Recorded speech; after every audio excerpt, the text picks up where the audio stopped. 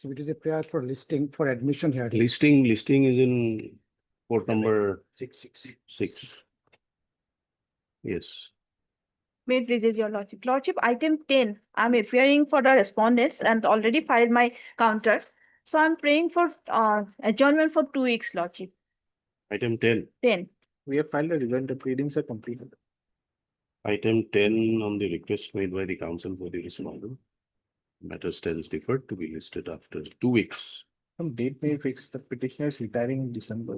Let them file it, then you make a mention. They filed. I have filed. You have filed. Then why It's complete. Pleadings are oh, complete. pleadings are complete, then we can hear it. Why are you praying for another? Some personal difficulty, I could not go through it. Prays for accommodation for a week? 2 weeks, lordship. 2 weeks. Okay. List again.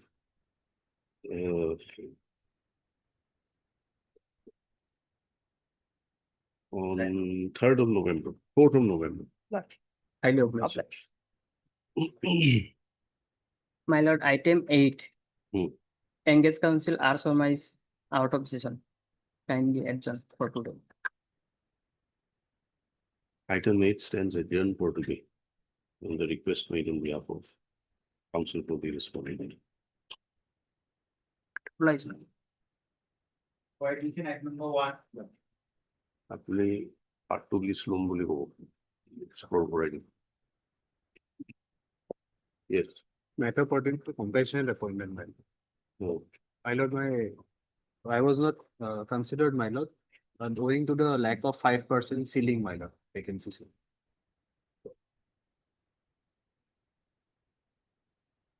Where is the consideration?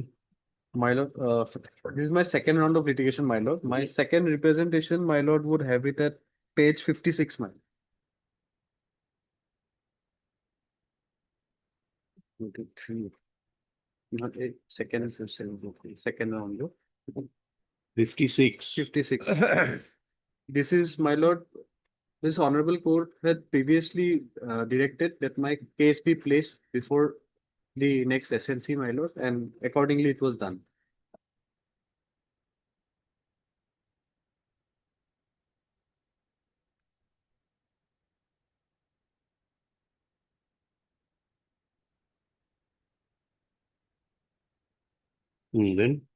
Then, my lord, my case was placed before the next SLC, my lord.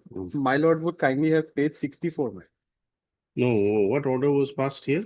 My lord, here it was said, that, my lord, in the rejection order, In page number 58. 58.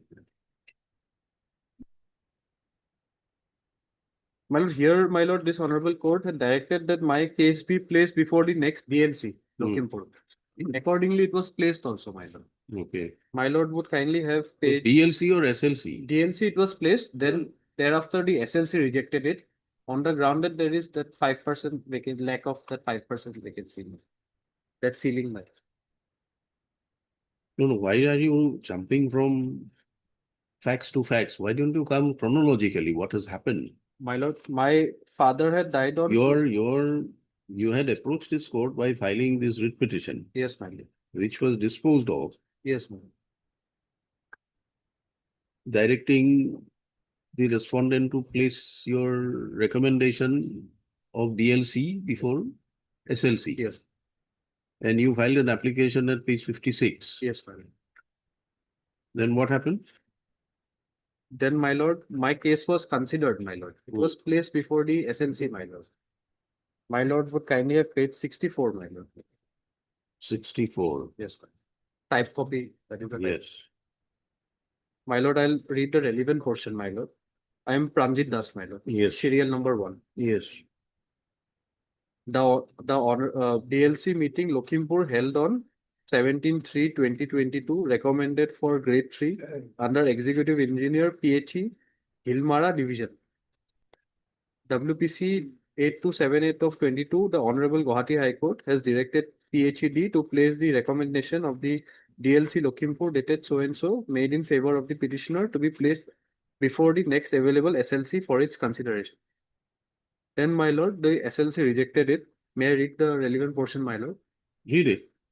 The date of death of late Onil Das, father of Sri Pranjit Das, late Loknath Das, father of Srimati Junali Das. The concerned OM applicable in the instant case shall be dated 33/2012 of Finance Department and OM so and so dated 2/3/2009 of Personnel Department and not OM number so and so dated 1/6/2015.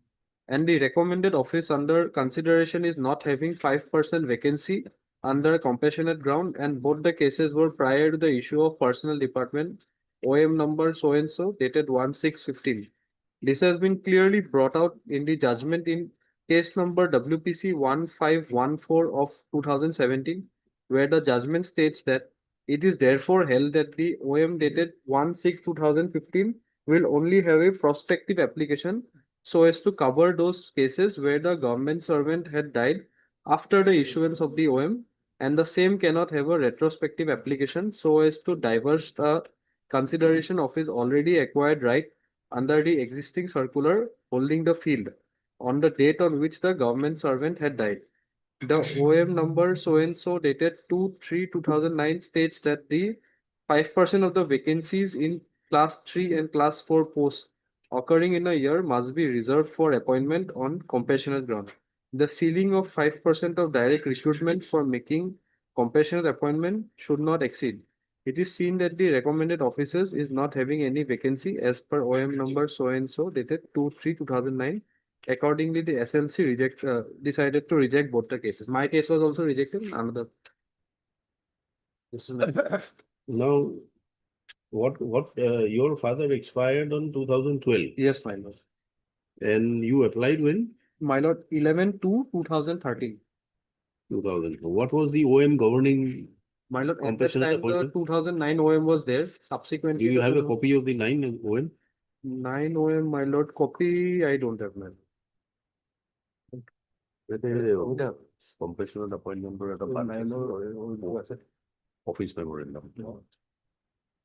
Oh, no. That's an insult.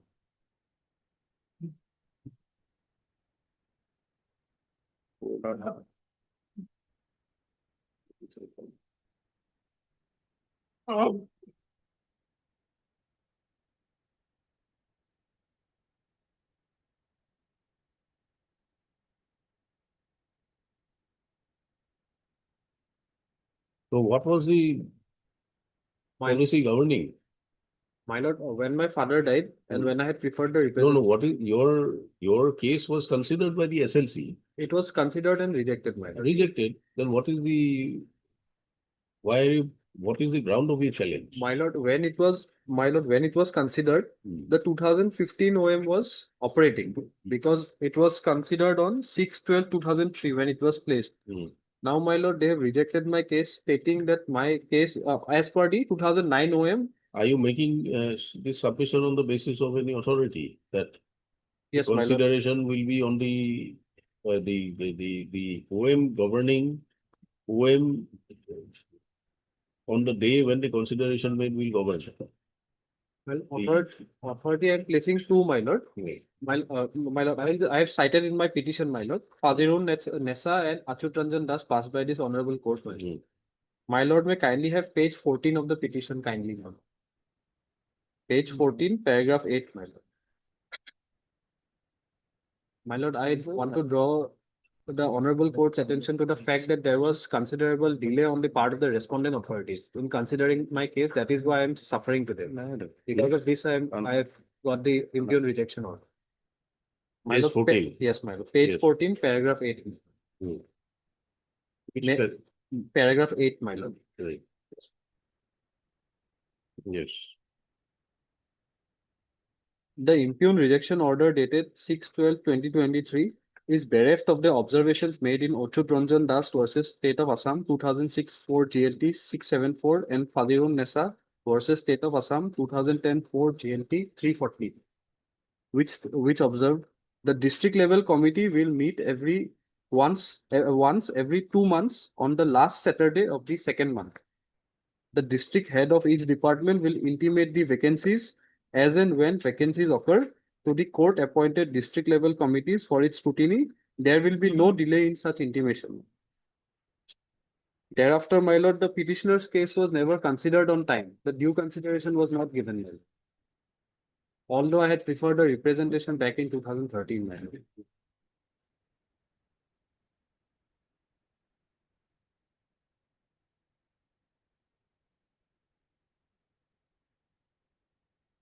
Now, my lord, subsequently they come up with the respondent authorities come up with the rejection order stating that there is lack of 5% vacancy.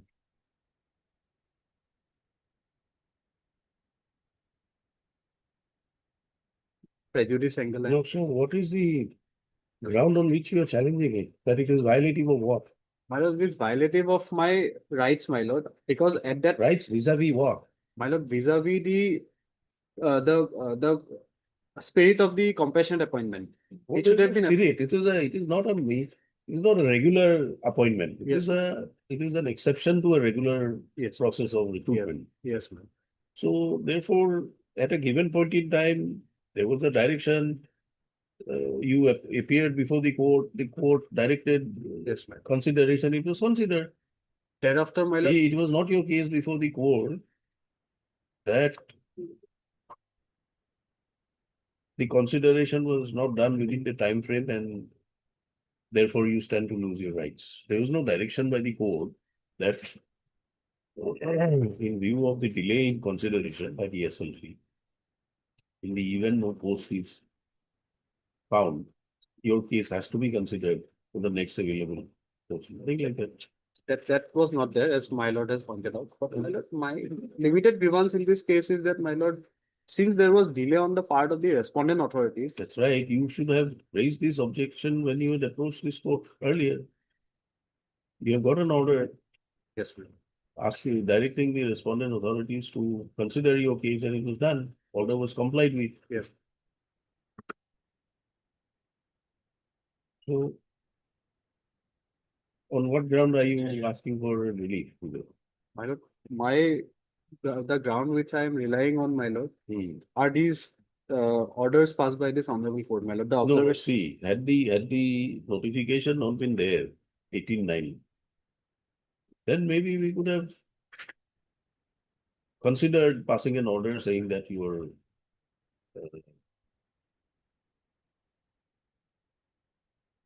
case should be considered again. Yes, ma'am. But once the department has taken a call, there's no further compassionate appointment. My lord, then I may be allowed to challenge the same, my lord. That It is up to you. There's no question of holding it. But then we'll have to dismiss your petition. My lord, I may be given the liberty to make an amendment to my petition whereby I can challenge the 18-9-24 and one chance may be given.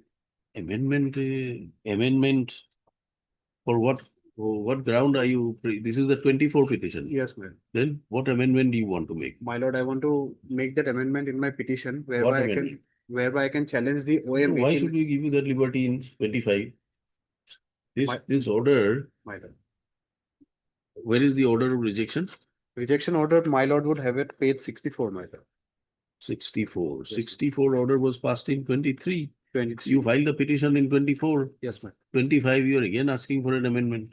My lord, 24 that OM came up subsequently, that OM which barred all the compassion appointment cases. That is not under challenge. No, here it was not, because my lord, I had filed it previous to the coming of the OM of 24. That time it was not in existence when I had filed this petition.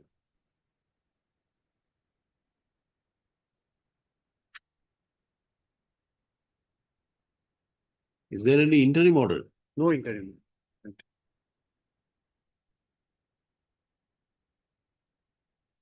So we will close this petition. We'll give you liberty to file afresh if you want, instead of amendment. Amendment, my lord. Amendment if. No, amendment will complicate things. Your challenge in the writ petition, in this writ Yes. petition is something else. Yes, my lord. And by way of an amendment, you change the very nature of the litigation. Your amendment, your prayer in the writ petition is for setting aside that order only. Yes. But by way of the amendment, you are challenging the new notification, subsequent executive orders. Yeah. So therefore, you change the complete nature of the litigation, it is not a case that the order that you have challenged in the writ petition and the order you are now going to bring it by way of an amendment are consequential orders. Both are different orders, They are different. passed under different circumstances. Yes, ma'am. Yes, Mr. Surya? Yes, well, cases, but otherwise the categorization is there, but petitioner has no case, my lord. The petitioner died, father died 2012, and 2013 he filed application. That was covered by the office paper in 2009, and accordingly, my lord, what happened? He again approached this honorable court, cause of action there. And honorable court directed to place the matter before the SLC. The SLC he placed the matter in compliance with the honorable court. And SLC have rejected rightly, Balot, because don't 5% quota. Is it not a matter of right, Balot? Compensation appropriate is not a matter of right. So he cannot pursue again and again by amending or whatever may be. But this Osuranjo Das case also said, Balot, it is clearly Balot mentioned in the clause 9. No, but that, if he wants to challenge the OM, he can challenge it, it is no problem. that is his, But he has no locality to challenge this because his case that has he will already have to argue when the matter is challenged. It's yes, not sir. under challenge today. That is true. Otherwise, that has been considered ballot court. Court's order is considered. All right, heard Mr. Sharma. Learned counsel for the petitioner, Mr. T.C. Sutia, learned government advocate, additional senior government advocate appearing for the state.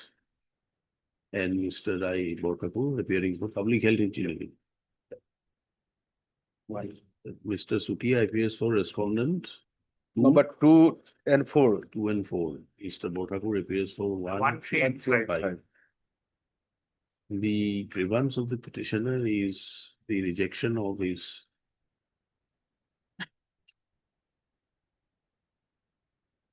candidature for being considered under compassionate appointment scheme by the state level committee. Stop. The petitioner's father, late so-and-so, was employed as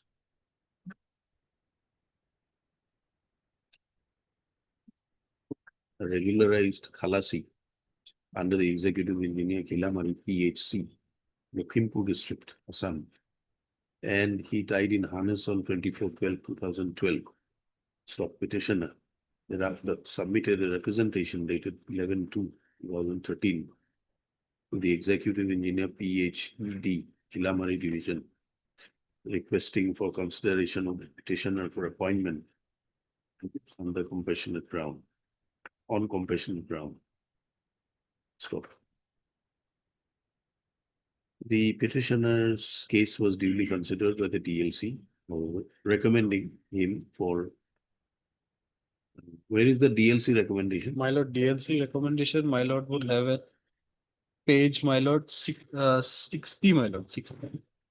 60.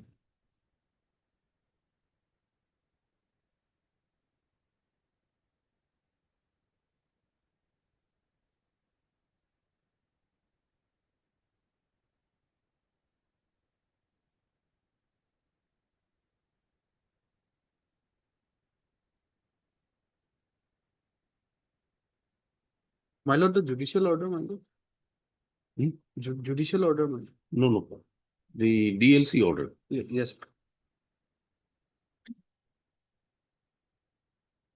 My lord would have page 48, my lord, 48 onwards. I am in page 50, my lord. Serial number 22, Tanjit Das.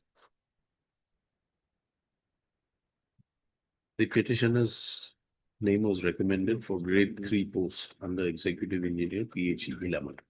Stop. Thereafter, the matter was required to be placed before the SLC. Stop. However, the same not being placed, the petitioner approached his court by filing WPC 8278 of 2022. Stop. This writ petition came to be disposed of by order dated 22/12/2022.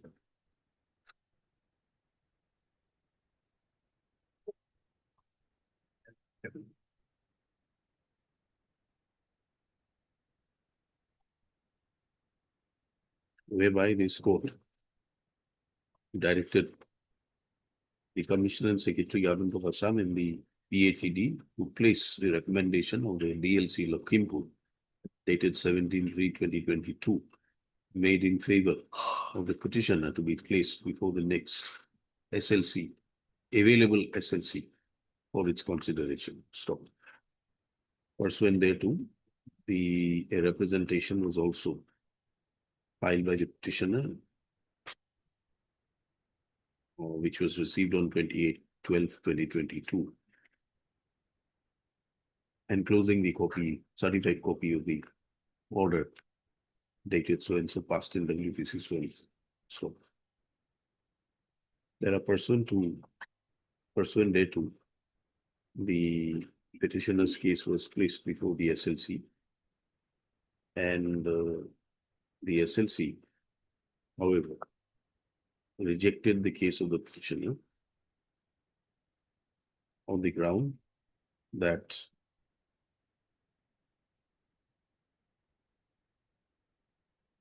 the recommended office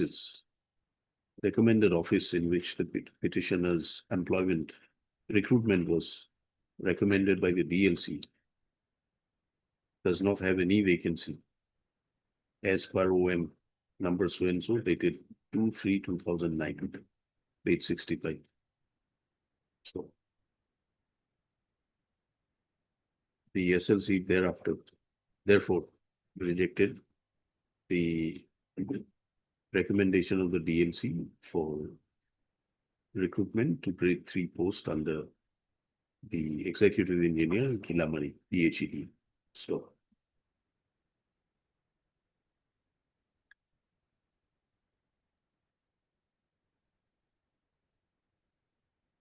correct. The petitioner being aggrieved has filed this writ petition, praying for setting aside of the impugned order dated 12/20.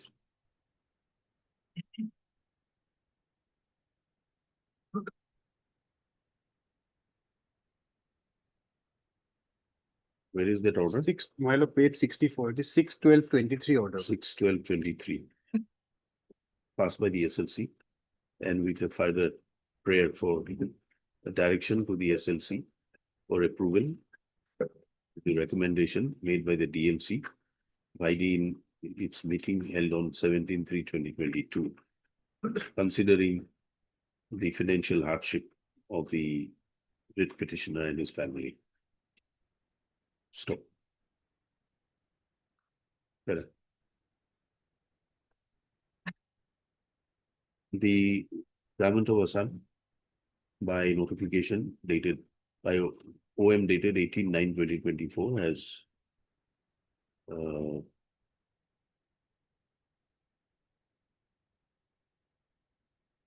considered the matter in its entirety and has brought out the OM whereby it was decided that no further appointment on compassionate ground will be permitted. Stop. This notification came to be issued during the pendency of the present writ petition. So the writ petition was filed on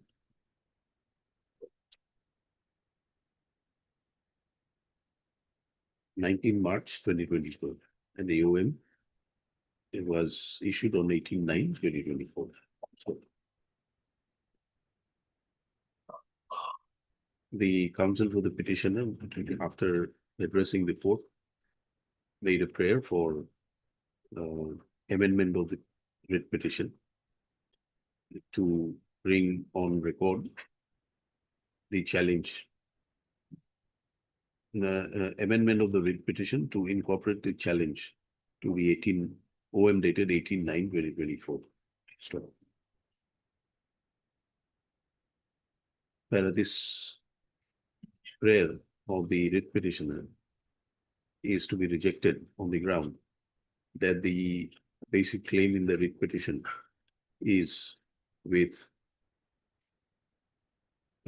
seeking a direction to the SLC to consider the recommendation of the DLC Lakhimpur dated 17/3/2022 made in his favor, and to appoint the petitioner in the recommended post on compassionate ground. Stop.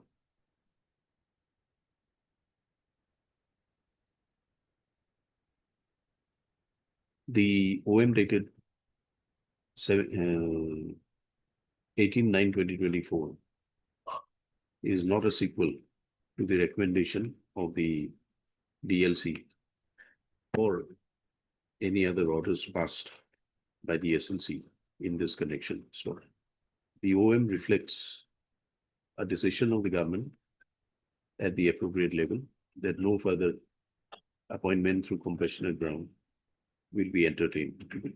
Stop. In the present writ petition, no specific challenge has been made as the writ petition was filed well before the OM dated 18/9/2024 is issued. So therefore, an amendment to the present writ petition in its present form will alter the very basis of the challenges made in the writ petition, including the prayers and the grounds. So under such circumstances, this court is not inclined to grant the prayer seeking amendment of the writ petition. Stop.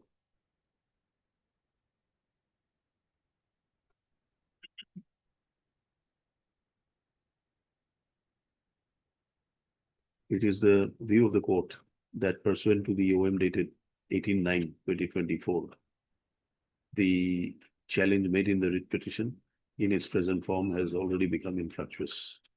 Stop. Under such circumstances, the court does not consider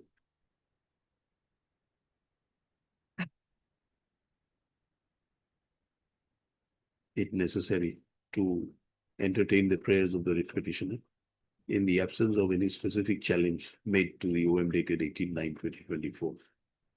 The writ petition accordingly is required to be dismissed, and the same is ordered accordingly. Stop. Interim orders, if any, stand vacated. Considering that the OM dated 18/9/2024 was issued pursuant to the filing of the writ petition, pursuant to this writ petition being filed on 19 March 2024, the court gives liberty to the petitioner to approach this court for any relief putting a challenge to the OM dated 18/9/2024, if so advised to be there. Dismissed. Deeply obliged.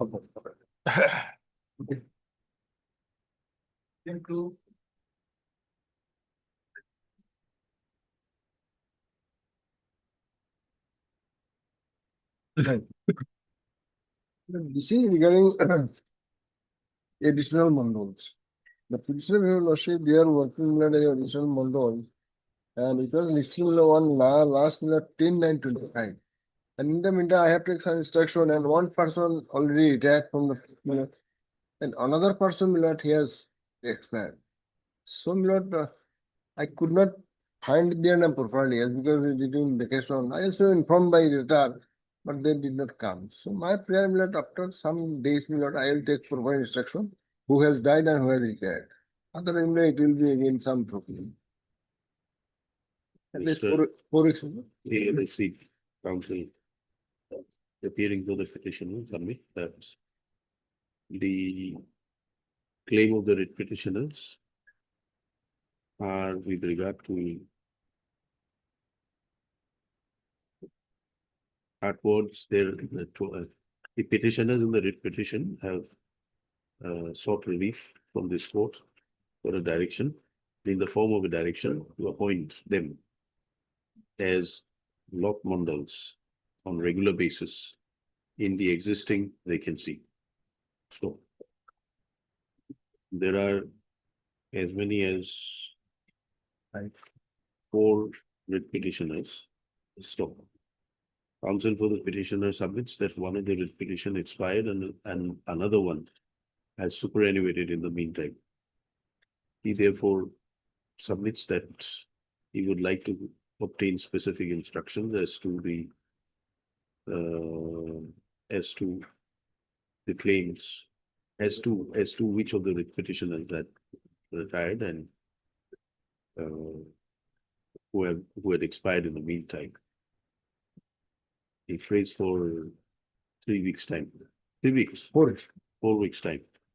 Prayer made is not objected to by the counsel for the respondents, Mr. J. Hendick, standing counsel revenue, and Mr. A. Chakraborty. Respondent number 3, 4, 5, and 6. Hearing for 3, 4, 5, and 6. List again after 3, 4. Omelette. No.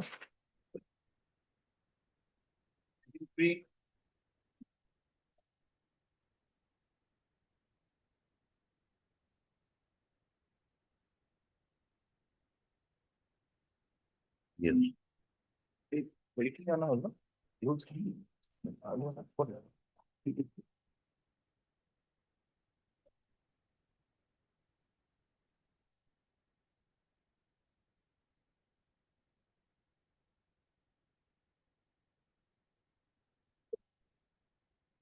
You're claiming your promotion. Yes, sir.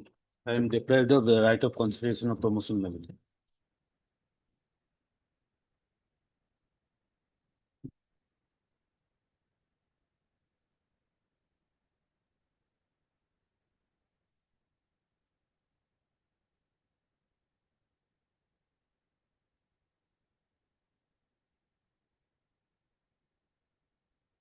Yes, please.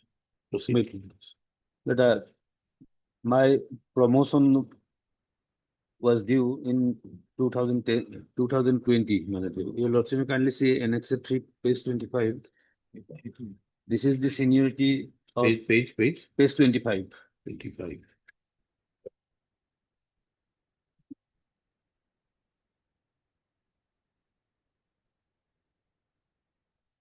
This is the seniority of E grade officer, auditor, etc. Administrative, the seniority list as on 22/01/2020. My name appears in serial number 5. My designation is assistant branch manager.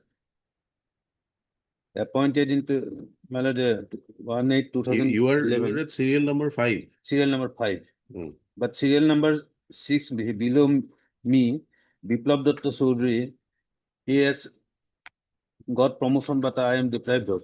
And by the seniority list, the entire persons in this seniority list, they have been promoted by order dated 5/7/2021, Annex 4,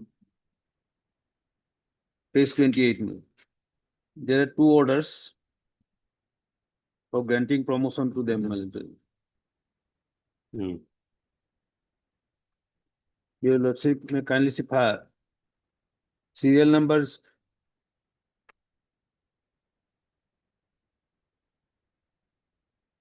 In serial number 2, in the list of, in the order dated 5/7/2021, at page 30, Annex 5.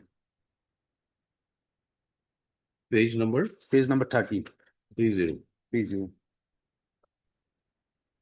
Biplab Datta Chaudhary, respondent number 10. He is respondent number 10. And in seniority list, his name appears in serial number 6. He has been promoted, but I have not been promoted. And in the affidavit, they have shown that there was pending proceeding against me. So I could not be, my case could not be considered during consideration of promotion. But it is not a case of them. My stand is that there was no pending proceeding against me during consideration of promotion. Now I have stated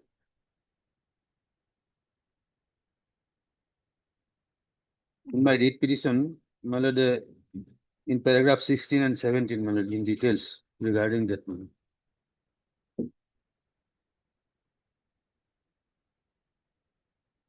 I'm reading my. Yes.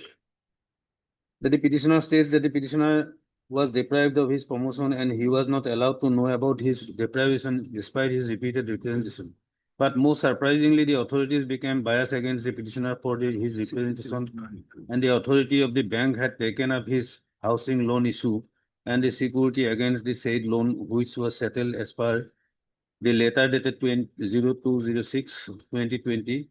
While the issue was settled in respect of the housing loan of the petitioner and of which installments have been being deducted regularly from his salary, the issue was raised again vindictively when the petitioner wanted to know about his deprivation regarding his promotion. As the juniors to him in grade D have superseded him by getting promotion to grade cadre D, and he was not promoted, and no reasons for non-considering his case for promotion have been given. The petitioner had no option but to raise his grievances regarding curtailment of his right of consideration of promotion with the prayer of review of the promotion matters relating to grade E officers. It is stated that the seniority list was published on 22/01/2020, and the order for promotion for the respondent number 4 to 21 were made on 5/7/21.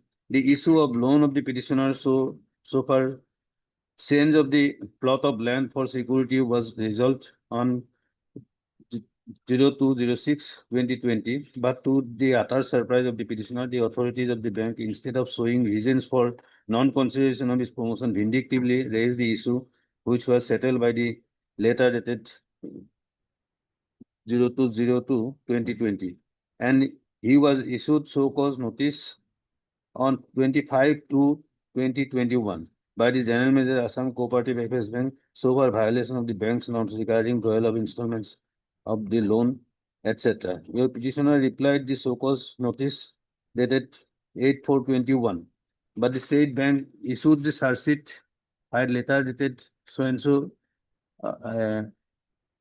on 13/4/21.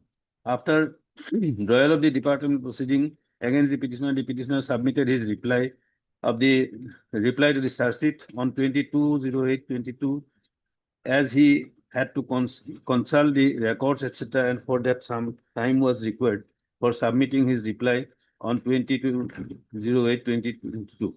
Thereafter, the bank appointed inquiry officer by letter dated 19/10/22 issued by the managing director. So there was no pending proceeding, my lord. Promotion was made, my lord, in 2021, my lord, and the charge sheet was issued, my lord, in 22.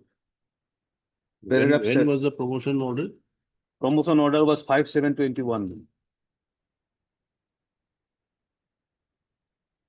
Already I have shown. Okay. Yes.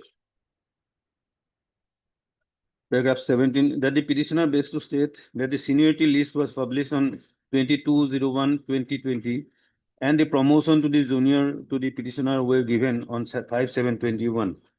It is stated that during consideration of the seniority in service of the promotees, the respondents number 4 to 21 for consideration of their promotion, no inquiry was pending against the petitioner. Accordingly, there was arbitrariness so far not treating the petitioner equal with other promotees for consideration of his promotion, as his position in the seniority list was in serial number 5. The authorities failed to show any reason for non-consideration of his case for promotion. It is submitted that the law is settled in this respect, that the right of consideration of promotion exists to all officers in the cadre E, and there cannot be an exception to the petitioner so far consideration of his promotion unequally. The departmental proceeding was drawn on Malafides for an answer to the non-consideration of promotion for the purpose of showing pending inquiry of the petitioner. It is stated that the inquiry was instituted on 13/4/2022, but the promotions to the junior to the petitioner were considered and granted by the order dated 5/7/21. So there was no pending inquiry as on date 5/7/21. It is settled law that even if the case of the delinquent employee against whom a pending departmental proceeding is there, in that case too, the right of consideration of promotion of that employee cannot be bruised aside, but the result of his right of consideration or for promotion should be kept under seal cover till the inquiry is completed. But in the case of the petitioner, there was no pending inquiry and the authorities of the bank has proceeded on the issue which was resolved by their own stand on 2/02/06/2020. Even if the authorities wanted to give emphasis on the inquiry, the said inquiry was instituted much after consideration of grade cadre officers for their promotion to the grade D cadre.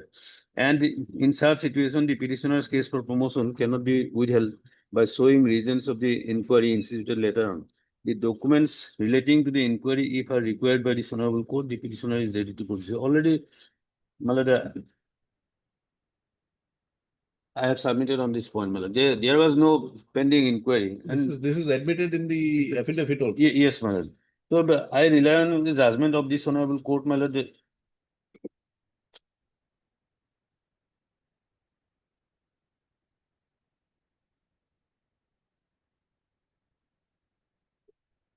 So this is.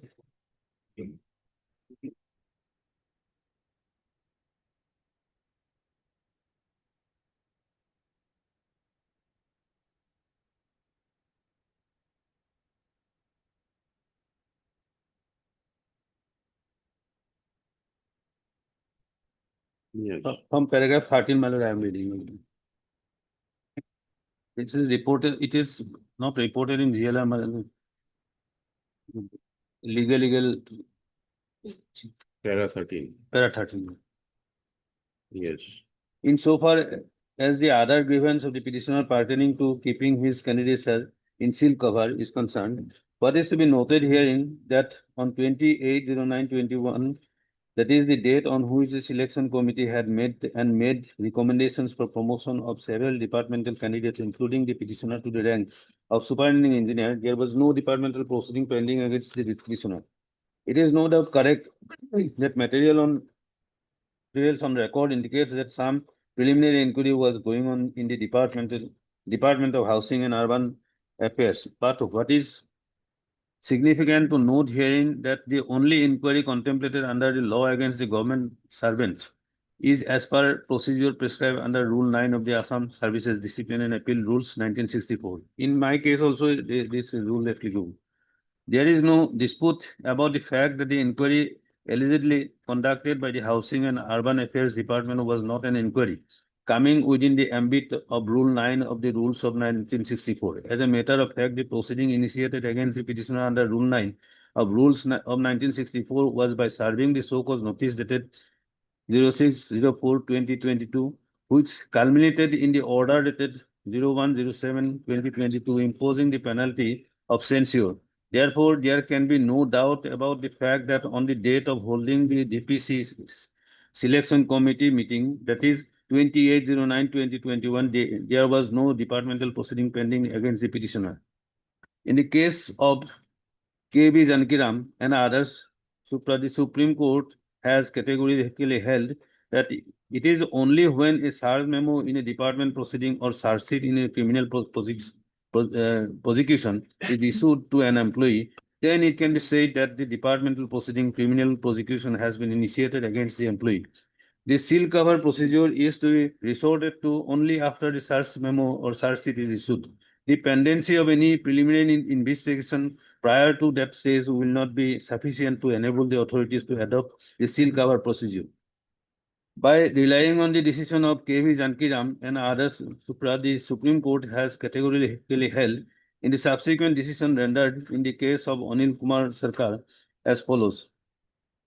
As per paragraph 2 of the said memorandum, at the time of consideration of the government servant for promotion, the following details of government servant in consideration zone for promotion falling in the categories mentioned should be specifically brought to the notice of the DPC. Namely, the government servant is under suspension, government servant has been served with a charge sheet, and the disciplinary proceedings are pending. The government servant is facing prosecution for a criminal charge, and the said proceedings are pending. As rightly observed of the High Court, if the above conditions are available, even one of them, then DPC has to apply the seal cover process. In the case on hand, it is not in dispute that the relevant date is 21/4/2003, when the respondent's batchmates were promoted. Admittedly, on that date, the respondent was not under suspension, no charge sheet was served upon him, nor he was facing any criminal prosecution. In such circumstances, in terms of paragraph 2 referred to above, the recommendation of the DPC has to be honored, and there is no question of applying seal cover process. Paragraph 16, from a careful analysis of the ratio laid down in the aforementioned two decisions, it is apparent that merely because there were some interdepartmental preliminary in-house inquiry going on against the petitioner, the same could not have been ground for the authorities to adopt a seal cover procedure. More so, when in the decision of the committee dated 28/9/21, DPC had already disclosed the fact that the petitioner has been recommended for promotion to the post of superintending engineer. Therefore, there was hardly any scope for having any seal cover proceeding in this case, as has been projected in the minutes dated 28/09/21. Be that as it may, for the reasons stated and discussions made herein above, the court is of the unhesitant opinion that there was no justifiable ground for the respondents to withhold the promotion of the petitioner by adopting a seal cover procedure. The mere fact that a minor penalty of censure had been imposed upon the petitioner in a proceeding initiated at a stage subsequent to holding of the DPC cannot in any way denude the right of the petitioner to be promoted on the basis of recommendation made by the selection committee prior to initiation of a departmental proceeding. For the reasons stated herein above, WPC number so and so succeeds and is hereby allowed. The respondents are directed to forthwith give effect to the recommendation of the selection committee dated 28/9/21 by promoting the petitioner to the rank of the superintending engineer in the Public Works Department by giving him the seniority with effect from the date on which his juniors were promoted as superintending engineer. Appropriate notification on behalf shall be issued as expeditiously as possible, but not later than 2 weeks from the date of receipt of the certified copy of this order. Insofar as submission made by Mr. Nayak Larnet, Standing Council PWD pertaining to the pendency of other departmental proceeding, the initiated against the petitioner in the year 2023 is concerned, it is made clear that the authorities would be at liberty to proceed with the matter in accordance with law, if so advised. However, the departmental proceeding initiated against the petitioner by SARS memo dated 12/4/23 shall not have any bearing on the question of implementation of the recommendation of the selection committee on 28/09/21, and therefore would not come in the way of issuance of notification of the order of promotion of the petitioner to the rank of the superintendent. So, my lord, here it has been settled by this honorable High Court on the basis of the two earlier judgment of the apex court, that if there is no pending proceeding, like me, there cannot be withholding of- Your case was never placed before the DPC. It was placed, Lordship. It was placed. Yes, not considered, my lord. it was placed, but keep in the seal cover, Lordship. Huh? Keep in the seal cover, Lordship. Where is the DPC minutes? So that was not here, Lordship, therefore answer. Huh? Not here. Yes, Lordship, that I have to bring it, Lordship. You have to bring it. Yes, Lordship. But you have filed your affidavit. Now, what exactly was there in the minutes in so far as the writ We have, petition is we have to concerned? look on that. Huh? We have to look on that, Lordship. Your paragraph 9 clearly says that it is contemplated. Yeah, Lordship, Selection committee did not consider yes, Lordship. in view of contemplated proceedings. And you had kept it under seal cover. Yes, Lordship. My lord, it is not a case for keeping seal cover Lordship, also. let me produce the DPC minus, Lordship. In this case. What is it tomorrow, day after? Day after tomorrow, it may be. Day after tomorrow. Heard Mr. Dilip Chaudhary. I will refer the two other decisions also regarding You refer it. Then we'll hear him. yes. You produce your report On that day, my lord. on that day. No, you can refer it today itself. মানে আপনার তো জানতে মনে হয় base করছেন না original principal 2013 4 SCC page 161 Union of India and others versus Anil Kumar Sarkar. 2014 4 SCC. 2013 4 SCC Huh. page 161 161. What is the name of the parties? Union of India and others versus Anil Kumar Sarkar. Anil Kumar Sarkar. Paragraph 12. to onward, my lord. Paragraph 12 Paragraph 12 and onward, to onwards. onwards. Yes. And Union of, 1991 4 SCC, page 109. No, this is for what proposition, the earlier judgment? Earlier judgment regarding seal cover, and he followed the Janki Ram's case. Janaki Raman. And this is regarding, my lord, the area from the date of due, etc., my lord, in respect of it was decided in Janki Ram case. Union of India and others versus KV, Janki Ram and others.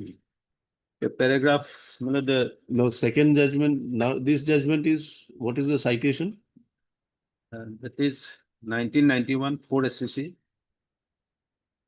page 101. 109, sorry. Paragraph? Paragraph, my lord, the most relevant paragraph in respect of me, my lord, the paragraph 25. And what is the party name here? Party name, my lord, Union of India and others versus KV Janki Raman. No, Yeah. I'm not asking for Janki Raman. This particular judgment that you're referring is Janki Raman. Yes, my lord. Yes, regarding, my lord, the area of salary, my lord, Okay, all right. paragraph 26, my lord, 29.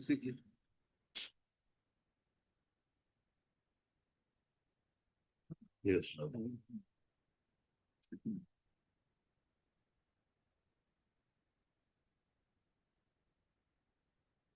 Paragraph 10 also, my lord. These are the books.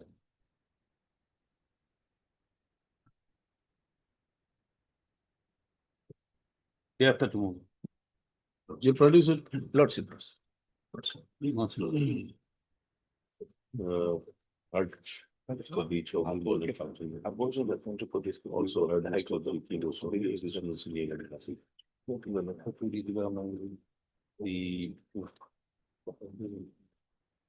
The petitioner is aggrieved by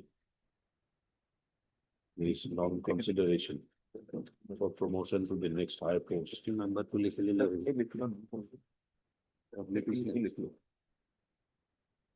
Whereas persons below him in the seniority list were considered and promoted. Stop. The other comes into the petitioner referring to the pleadings and the relevant document submits that the only ground for overlooking claim for the petitioner was on the ground of contemplated departmental proceedings by the department. So his case was placed under seal cover and by the DPC, it was ordered to be placed under seal cover by the DPC. And accordingly, he was never considered for promotion. He has not been considered for promotion even today. Not considered. So, other counsel to petitioner referring to the judgments, the apex court rendered in Janaki Raman, reported in so-and-so, Anil Kumar Sarkar reported in so-and-so, as well as P10 Kolita. The judgment that rendered by coordinate bench, this court reported in so-and-so. Submits that the DPC would not have ordered placing the case of the petitioner in seal cover, as much as there was no departmental proceedings initiated, nor was it placed under suspension on the day this case was considered by the DPC. So the departmental proceedings were initiated by issuing show cause on so-and-so date.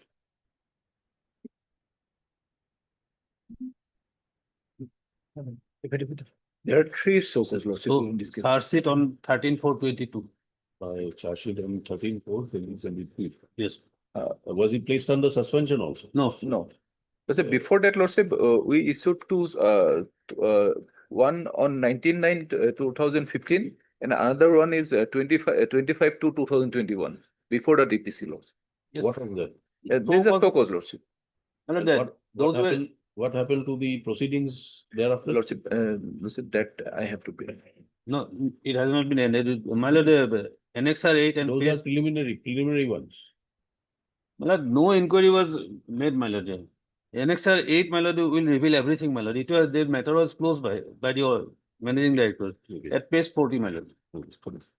The learned counsel therefore submits that when the charge sheet was submitted well before the date on which the DPC considered the case of the petition, My lord, there was no occasion, not well before, my lord, it was subsequently made. my lord. subsequent, well after the date of the Yes, ma'am. date when the DPC considered this matter, there was no occasion for the DPC to order placing of the petitioner's case in seal cover.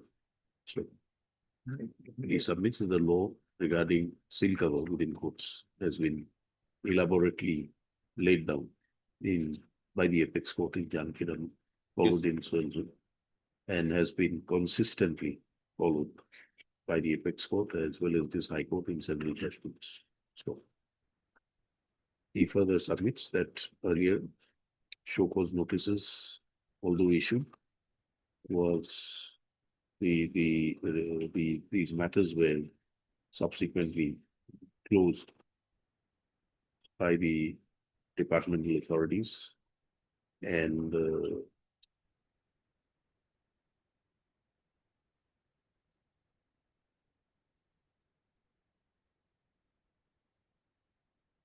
no proceedings as such was initiated against the petitioner.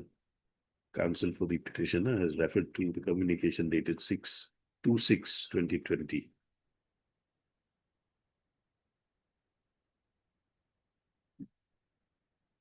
You're referring to page 40. Page 40. ma'am. In my further submission, I have stated, my lord, in paragraph 17 that departmental proceeding was done on Malawi for an answer to the non-consideration of promotion. It is subsequent. of my lord. Referred not to con- page 40, annexure 8 of the writ petition. So he therefore submits that the very basis of non-consideration of his case by the DPC and ordering the same to be placed under seal cover is contrary to the law laid down by the apex court in Jankiran and followed by this court in Heat and Golitas. So he therefore submits that his case, a specific direction be issued to the departmental authority to proceed for consideration of his promotion and with retrospective effect from the date when his immediate junior was No, Lordship, promoted and the petitioners. give all consequential financial and service benefits. Yes. At this stage, the court wanted to peruse the minutes of the DPC, which rejected the case of the petitioner along with two other employees and ordered for placing them under seal cover procedure and ordered for seal cover procedure. So Mr. Goswami, on the other end, submits that the DPC minutes are not available with him, but he can call for the same. Considering that the matter is being heard, we permit Mr. Goswami to place the seal cover, the minutes of the DPC meeting dated.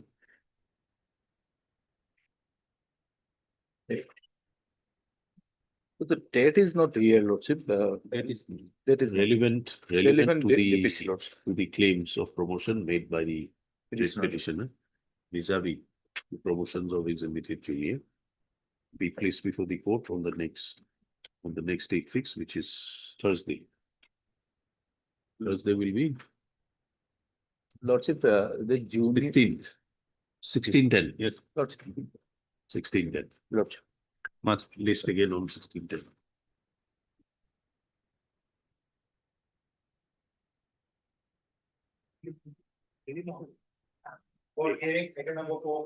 It will declare my interest. That will be at it. What law I use. I will go through the defect. Yes, Lordship, Uh, my case is that This is recovery recovery, aeronauts of an recovery. amount which had already been given to you and pursuant to Supreme Court judgment. Yes, Yes. BVF. they want recover, but I want to produce a circular of the department.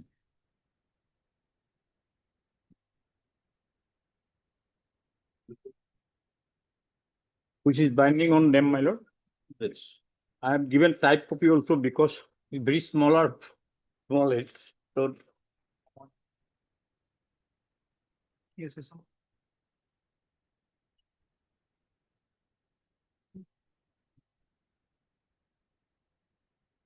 Your lordship, I am reading type copy, your lordship. Circular number 423, 56, 98, 22, 9, 98.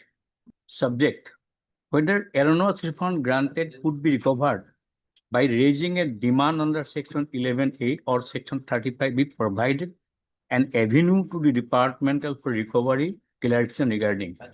Certain doubts have been raised regarding whether the aeronauts refund granted could be recovered by recourse to review under section 35E of the central excise or demands under section 11A, which is statutory time limit as laid down. In SC, in case CCE so and so has entirely held the following. The learned counsel for the parties do not dispute that this appeal is covered by the decision of this court in Union of India versus Joint Suit Banaspati Limited and others, 1996 so and so, 10 SCG 320. In that case, the court dealing with section 28 of Custom Act, which is parameters of section 11A of the Central Excise Act. The said decision is thus applicable to the present case also.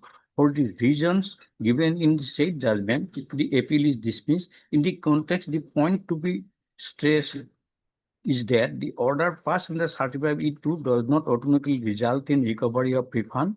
This has to be followed SCN under section 11A, which should be issued within 6 months from the date of actual refund. Since time limit for filing appeal under section so and so longer than time limit so and so under section 11A, the SCN should be proceeding under section so and so. This view has been supported by the opinion of Law Ministry. Law Ministry file number so and so is appointed in view of the judgment APESCO so and so re-rolling mills 1997 ELP, dismissing the appeal preferred by the department against Seagate order. The order passed by the tribunal 27/198 in the present case of Moses Fogg Precision and Bearing Limited reflect the correct legal position. We therefore agree with the view to referring to the department that demands for recovery of awareness fund has to be made under section 11A of the Central Excise within the prescribed limitation. Now, the sanction order has been passed in my case. Your lordship will find 2018. Sanction order passed in this case, lordship, in 2018, page 116, the order number 12, page 116.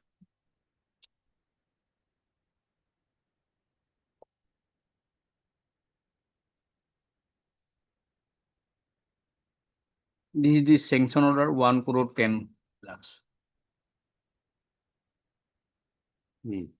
And your lordship recovered demand for recovery, page annexer E 124. 116 is the sanction order. Sanction order. And page 124, your lordship will find demand for recovery. And it is recovery under section 11A1 as a erroneous refund. That's after gap of 45 months. More than 3 years. And your lordship will find a new judgment recently passed by the Honorable Supreme Court. This is your lordship. Commissioner of Central Excise, Mumbai versus Murari Gokuldas.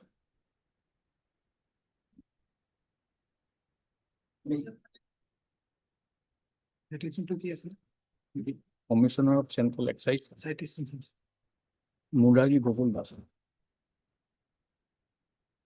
Here, your lordship, the very important question held, Your Lordship, if the sanction order has not been reviewed by the authority, there is no requirement any issue of so cause notice. In my case, the sanction order has not been reviewed. Which paragraph? His Lordship will find question, short question, Your Lordship, paragraph 2. Finally, first paragraph. The short question is posted for consideration before this court whether the separate notice under section 11A of Central Excise is necessary for the recovery of the amount when an erroneous refund is granted through the speaking order is reviewed by section 35E of the Act. This is the issue. Your Lordship will find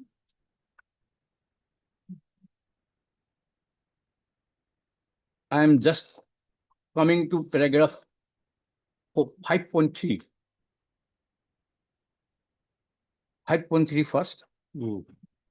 It is submitted, therefore, the issue of so called notice under section 11A of the Central Excise is a condition precedent for recovery of the alleged erroneous refund within the normal limitation period prescribed under section 11A of the Act, notwithstanding proceeding under section 35 being initiated by the Revenue against the order granting refund. Number 1. Next, Your Lordship, paragraph 8. As observed herein, once the order in original sanctioning the refund came to be set aside in a proceeding under section 35E of the Act, and the proceeding under section 35E was initiated within the time prescribed under the section 35E of the Act, thereafter there is no question of any further notice under section 11 of Central Excise Act. It is Mr. Koyal's submission, which I agreed. As observed by the tribunal, affirmed by the High Court, on questioning and setting aside the order of original sanctioning the refund exercise of power under section 35A of the Act, which otherwise is prescribed under the Act, we need timely stipulated under section 35A of the Act. Therefore, necessary consequence say flow, and thereafter there is no question of any refund pursuant to order original. In view of the above, and for the reason stated, present appeal succeed, the impugned judgment order passed by High Court, that tribunal are hereby quashed and set aside. The question here is that there is certain decision has been came up whether notice is required or not. When sanction order has been passed, that has been challenged. Subsequently, that sanction order has been reviewed by the Commissioner of Appeals that it is illegal. That is not proper. When reviewed, department wanted to recover it. Court says when the sanction order has been reviewed, there is no question of issuance of so-called notice under section 11 is required. But if it is not reviewed, alternately, so-called notice is required. That is the case. They said notice is not required. Notice is not required, right? With a condition that the sanction order which has been made in 2010 granting refund has to be reviewed by the Commissioner of Appeals under section 35. This is this is the view of the apex court in this judgment. Judgment. Paragraphs 8. 8. Paragraph 8. And they have also discussed the other your lordship will find paragraph 2.2. Next one also the main question, no notice under section 11 of the Central Excise issued to the applicant seeking to recover refund granted pursuant to order original 19/12/2000. No, but in your case, some notice was granted. No notice. No notice. Sanction order and recovery notice. No, that recovery is this recovery notice. Without issuing so-called notice.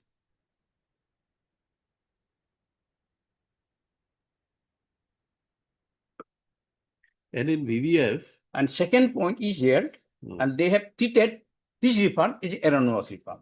I treat that no. At the relevant point of time when we granted the refund, law was in period. Wait. The petitioners had come before the court earlier. No, earlier petition I was not there in earlier petition, but as the partial refunds were granted Right. in some cases, Yes. It was granted for. On the petitioner. basis of Supreme Court interim order. Interim order. Yeah. False. But petitioner was not before the Supreme Court. No, I will not be petition, but order has been passed, it is applicable to non-litigant also. Now post VVF, you want a refund of that. Lordship. I'll place Lordship, let my learned friend complete, I'll place the facts before. There is my nothing else and more, my lord, here. Lordship, then may I There start? there is a 45 minutes, for 45 months, time has been taken by them, within time limit, they have not issued any proceeding, no so-called notice has been issued, which they have to be issued for recovery. And secondly, it cannot be erroneous refund because law was prevailed at that point of time and with the circular, binding circular, 1998. And they have also not filed any affidavit in this case. Now, They have not filed affidavit. not file affidavit. Lordship, They have, no- notice has not their been issued till right date been, in this case. Lordship. Notice not issued. Yes, Lordship. Why is there it? is an order, your lordship has passed. They have Lordship, foreclosed the right At the, to, at the time of admission, Lordship motion, the case was taken up by final disposal level. Whatever it may be, Lordship, affidavit is not required, I'll place from the documents of my learned friend, which he have annexed with the petition. If he is completed, then I can start. I'm not interested. Lordship, then Lordship first come to page 1 on five. Wait. Let us first find out why notice was never issued. here. Because Lordship, in this case, Hmm. at the motion stage, case was supposed to be disposed of. Where is that order? The case is a very old case, 21 Lordship. Hmm.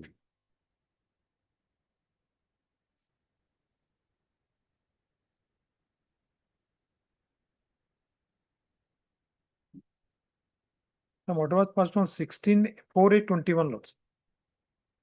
Then on 16/8/21, 4, 4/8/21. 4/8/21.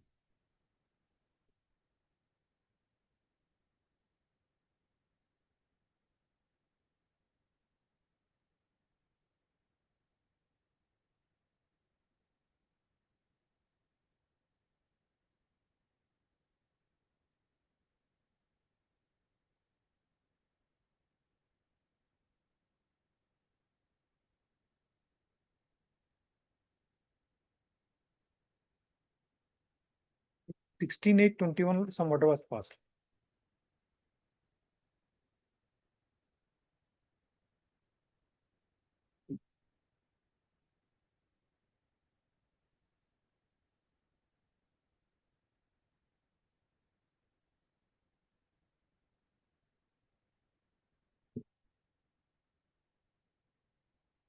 It doesn't talk about what is not being. Yes, issued. Lordship. In my Lordship, as per my knowledge, Lordship, no notice was issued. till date.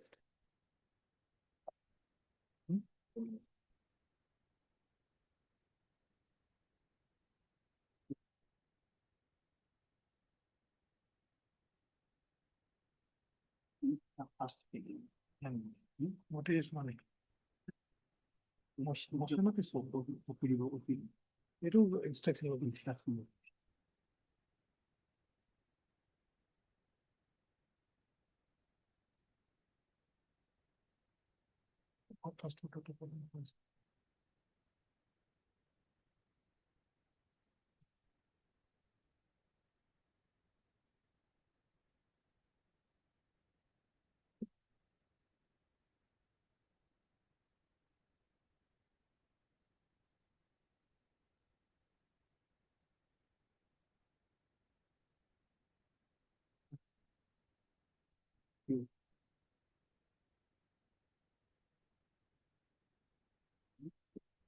आपने PDF copy दिया था PDF को PDF copy दिला PDF format PDF comment on PDF could you I wish you can see as well. One was dependent the Burma I've seen PDF comment the bottom view.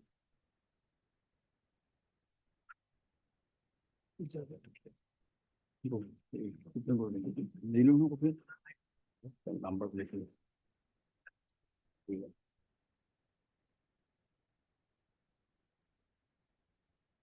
No, we should issue notice for whatever it is worth. Lordship may dispose of the matter because Lordship, nothing is remains in this case.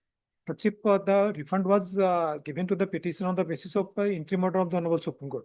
That is at page 115. All right, then we'll record it. Then Yes, Lordship, Then, then refund order was passed. uh, Lordship may come to page 117. Everything is written in the notification, that refund notice. Lordship. no, your case is that in the refund order, you say that in case of any adverse order, Yes, you have to refund it. Lordship may then directly come to page 124. 124. The order. 124 is a type copy, carried loads. Hmm. Order, I sanction rupees 1 crore 10 lakhs, 124. 124. 129, 23A. 123. 124 is demand and recovery. 129 over. This one. There you go. Double set low. Given number. 129. No, no, 123A. 123A problem. 120. 3A, There is no 123A. but in my copy lot, it is written as 124. What is the date of the order?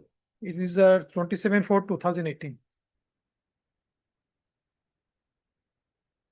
It starts from page 116. Then except D, Yes, 116, 27/4. lots of, No. lots of last page of the order.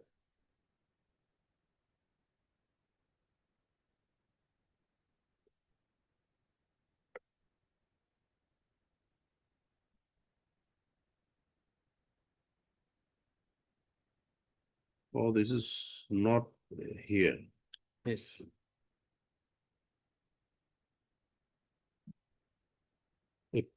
Part 2 file one.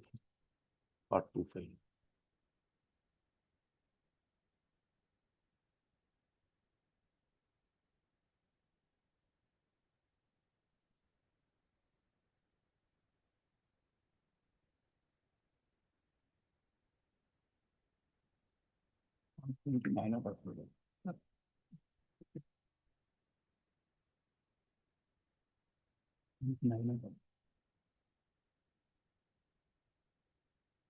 No, it's not here. 129 is that- there. There is a 129 euro. Huh? Page 129 euro. See, page 123. ends in- 129. Page 123, A. come to page 123. Yes. 1, 2, 3. Lots it. It ends in para 14. Does it? Yes, yes, lots. Saying that in view of the so and so, I pass the following order. Yes, thereafter. Thereafter, it is not there. In my copy, what has been served on me, there is an. Or that is 120, that is 129 page. 129. Yes. I sanction rupees so and so. Yes, yes, yes. Yes, lots. 1 crore. 1 crore 10 lakhs 19,633.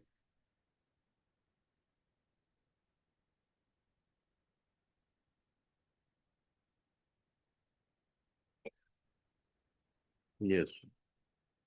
In only in compliance of the interim order dated 7/12/2015 of Honorable Supreme Court passed in IA number so and so for special petition number so and so arising out of impugn and final judgment and order dated 2011/2014 in writ appeal number 243/2009 passed by the Honorable Guwahati High Court in case of Union of India versus Kamakhya Cosmetic Private Limited Pharmaceuticals. Read with Honorable High Court's order dated 1/12/2016 in WPC number so and so of the amount refunded herein above shall however be subject to final decision of the Honorable Supreme Court in SLP number so and so. So it was conditional, the refund was refund to them with a condition that the order will be subject to the outcome of the final decision of the Honorable Supreme Court. In BPF, Lordship knows that Supreme Court has allowed the SLP, setting aside the judgment passed by the Honorable Court.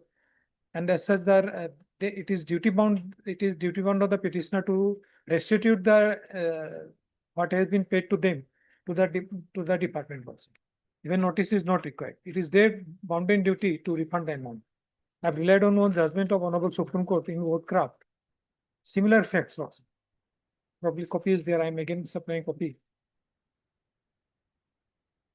I This think is, it this should is be nothing there. but a restitution of the amount given to them. This is 2002 legal. Lordship. Paragraph 3. The Learned Counsel for the SEC drew our attention to the notice requiring the SEC to make repayment of the amount refunded. The notice was issued under section 11 and in Learned Counsel's submission was out of time. We asked the Learned Counsel whether the reversal of this court of the tribunal's order on classification would not by itself requiring the SEC to make the restitution of the sum that revenue had refunded to it in pursuance of the tribunal's order. Learned Counsel fairly stated that such restitution was requisite. Plainly, the SEC is obliged to make restitution. The revenue honored the tribunal's order and made the refund. Upon by the reversal of this court of the tribunal's order, the SEC was bound in law to restitute the amount to such refund to the revenue. The approach of the tribunal, we must say, was quite misconceived, more so in the light of the undertaking which the SEC had given. The civil appeals are allowed, the SEC shall pay to the revenue the amount refunded to it pursuant to the order of the tribunal within 12 weeks with interest thereon at the rate of the 12% per annum from September 1995 till payment is made. Here, Lordship, when the refund was made, that was they have executed solvency in favor of the department. That has been annexed in the writ petition also, Lordship. Page 148.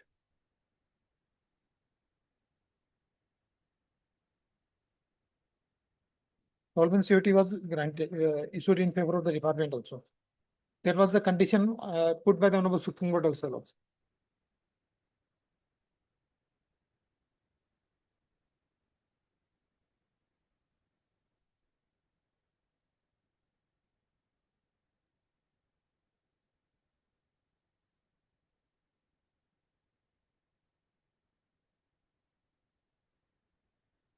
And Supreme Court clarified that in page 115 lots.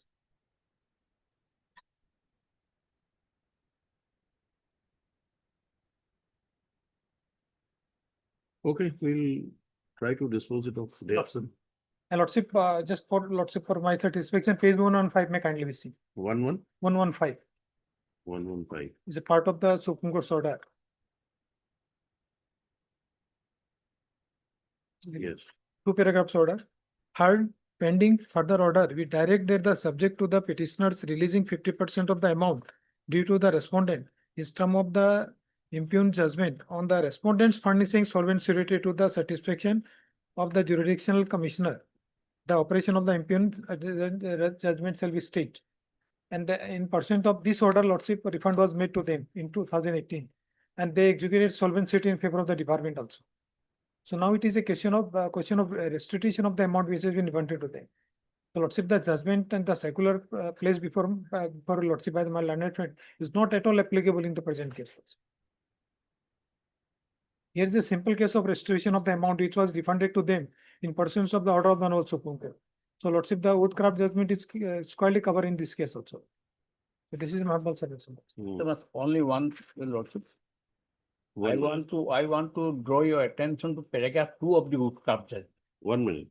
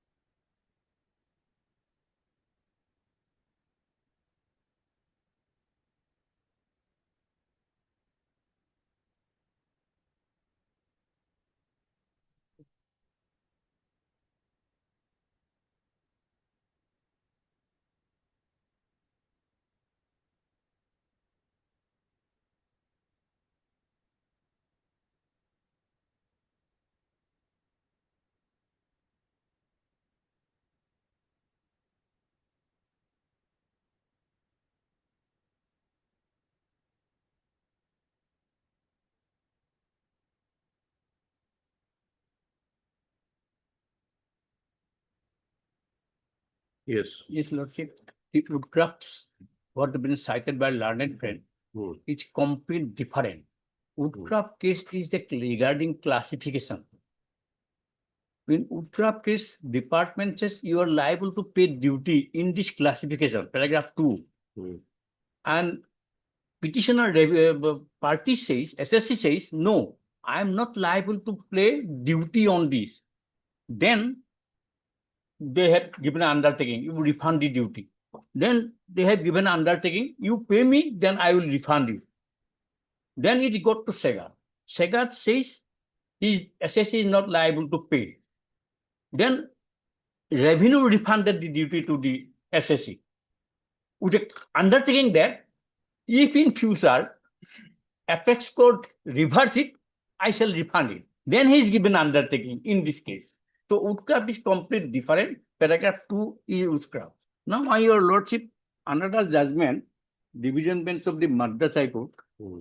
this can be taken, wherein circular has been already taken into consideration, paragraph 7. This is most important that regarding circular and all the things has been regarded. The stapler also. That's all, my lord.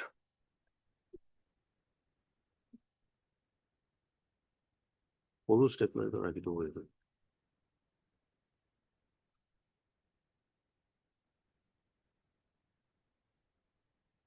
Hmm. It is Pricol Limited, your lordship. That has been, This is for. Pricol Limited. Hmm. So paragraph 7, this order is there. Division bench.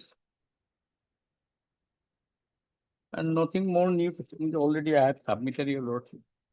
Details. What is paragraph 7? Paragraph 7 regarding circular, your lordship.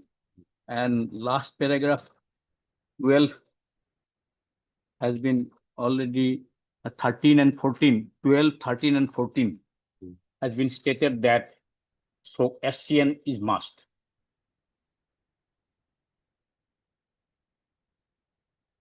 Well, 13 and 14. Uh, The SCN is must because there is a time limit of 45 months delay in recovery.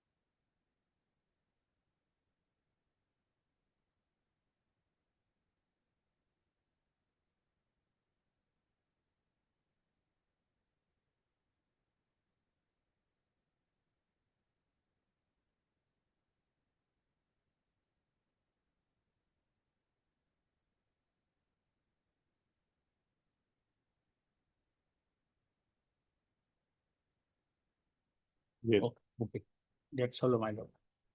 In suppose. day after. Okay. Third council of the partners, hearing the list. Thereafter, day after. Okay. Yes, day after.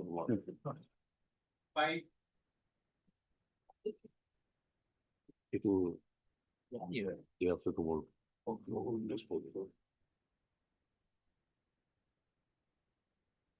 Lordship, in the morning, this, You just, huh?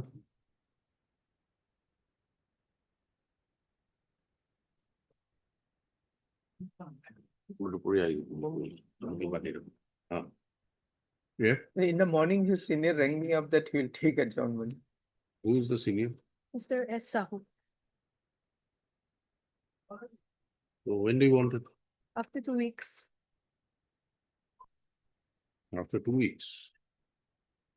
And the request made by, on behalf of Mr. S. Sahu, counsel for the respondent. Matter stands referred to be listed after 2 weeks. Mr. B. Chakraborty, learned counsel appearing for the review is filed by you. The review petitioner does not object to the place report.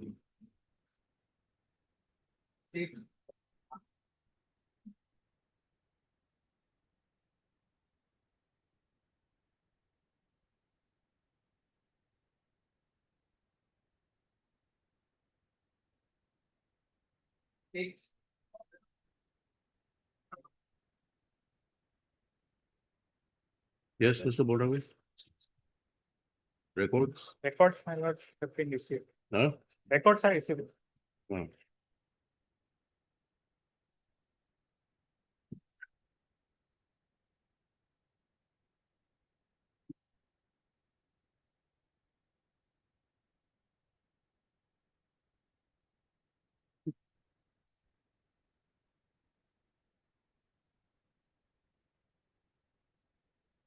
What do you want to show us from the reports? There was a question, my lord, of whether a copy of the inquiry report was furnished to the petitioner or not. Hmm. My lord, I have perused it. There is a part in parawise given to us which says that it was not given as it was not insisted by the petitioner, man. But my lord, our case is different, man, because he admitted to the charges, my lord. And Oh, even if he's admitted, you have to give him then you should not have conducted the inquiry. yes, it was there on that day only, my lord, it was concluded. And no further inquiry took place, my lord. And there are judgments of apex court, my lord, which say that once it has been admitted, my lord, then everything else is mere formality, my lord. Then natural justice does not come into picture, my lord, because Oh. No, then why did you have an inquiry report? You should have given a closure report. that report was merely given to decision-making authority, my lord, so that they can Where is peruse. that inquiry report here? On the last occasion, my lord, I had given a bunch, a Xerox copy bunch, my lord. There also, my lord, will find it. Otherwise, there in the file also, my lord, that report is there. Yes, find out. and Show it to me. I'll.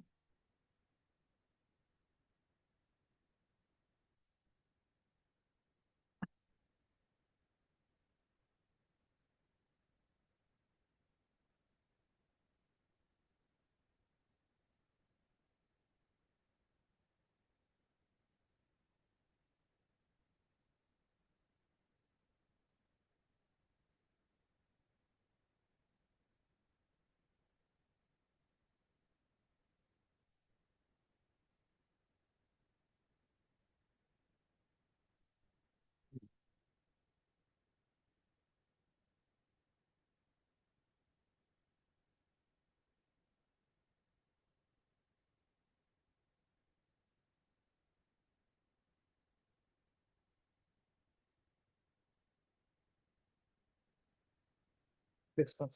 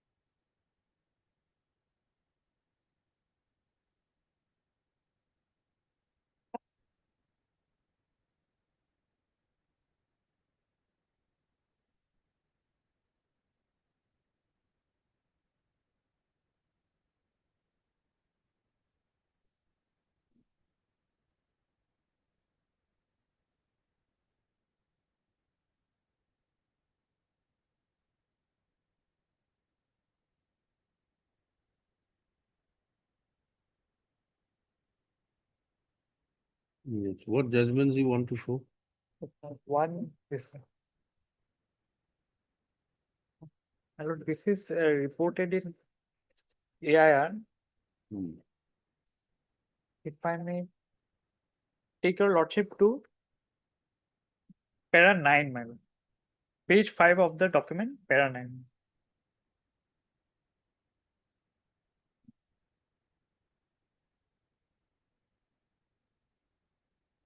If I may read mine. 1 minute.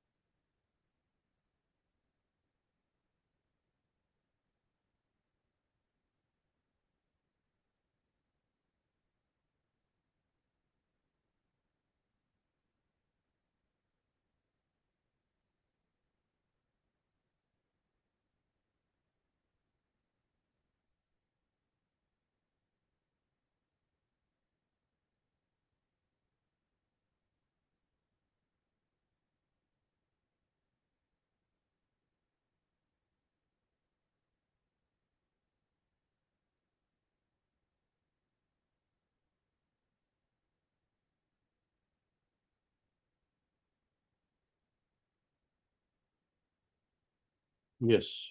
Yes. If my lord has para 9, my lord, Hmm. of the judge.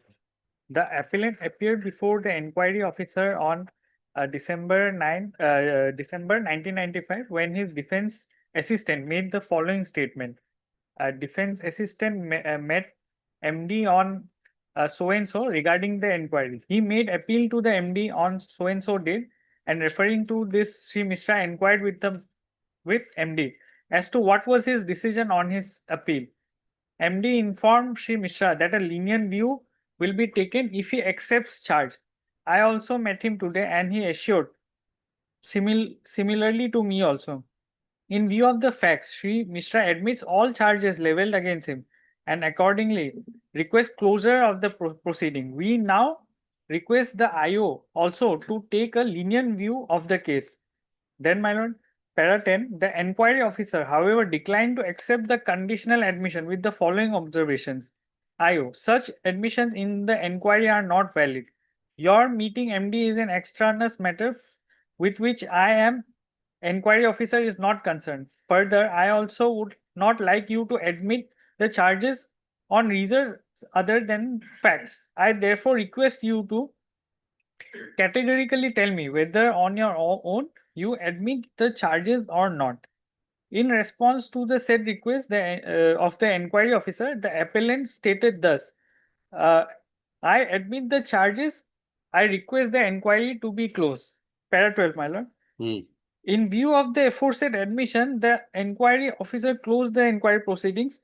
The charges were held to be proved against the appellant.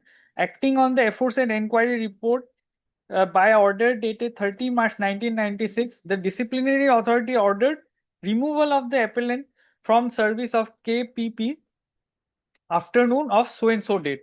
The appellant was informed that an appeal lies against the aforesaid order with the station director KAPP within a period of 45 days from the date of issue of the order.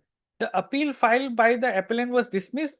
The appeal thereafter preferred a revision application before respondent number 3, which was also dismissed. Then my lord may come to para 26, the observation of the Honorable Supreme Court.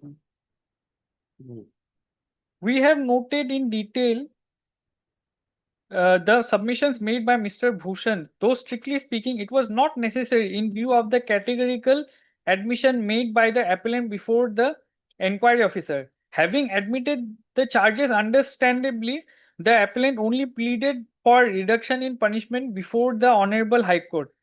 The learned single judge has clearly noticed that the counsel for the appellant had only submitted that the punishment is disproportionate to the gravity of the misconduct admitted by the appellant. The prayer made by the appellant before the division bench in LPA for amendment of grounds of appeal to incorporate challenge to findings of guilt was rejected. In our opinion, the learned single judge and division bench have not committed in any error in rejecting the submissions made by the learned counsel for the appellant. We are not inclined to examine the issue that the actions of appellant could not constitute a misconduct under the rules.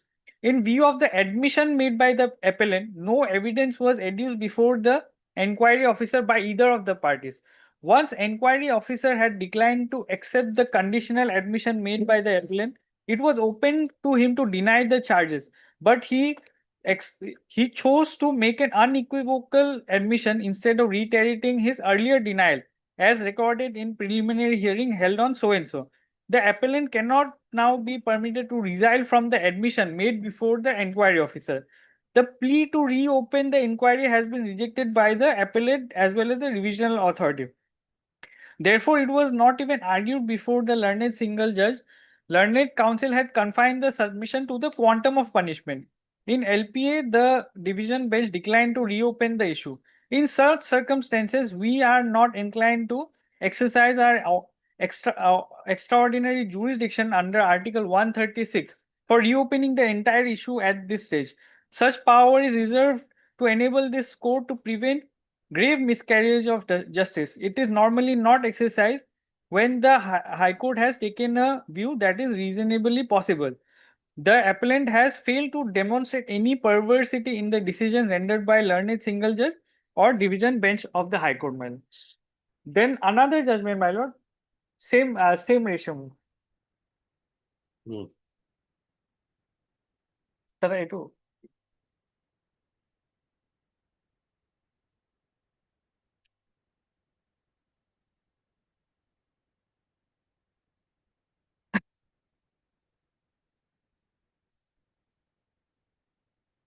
Here, my lord, this is the SCR reported judgment, my lord, downloaded from the SCR website itself.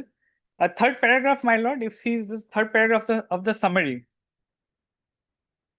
The rules of natural justice as laid down by this court have to be observed in the conduct of a domestic inquiry against a workman. If the allegations are denied by the workman, the burden of You're reading from which paragraph?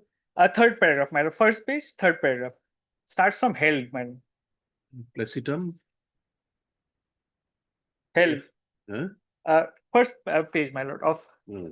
this judgment. Central Bank of India versus Then us. third paragraph, by further communication. No, my lord, it starts from held. If Hell. held. Second, This is Central Bank versus Karuna. Karuna Banerjee, yes, ma'am. Third paragraph. First paragraph. Oh, you're reading from the head notes. Head note, yes, ma'am. Oh, Head come note. to the main paragraph. Yes. Main paragraph, my lord, will find at page 259, my lord.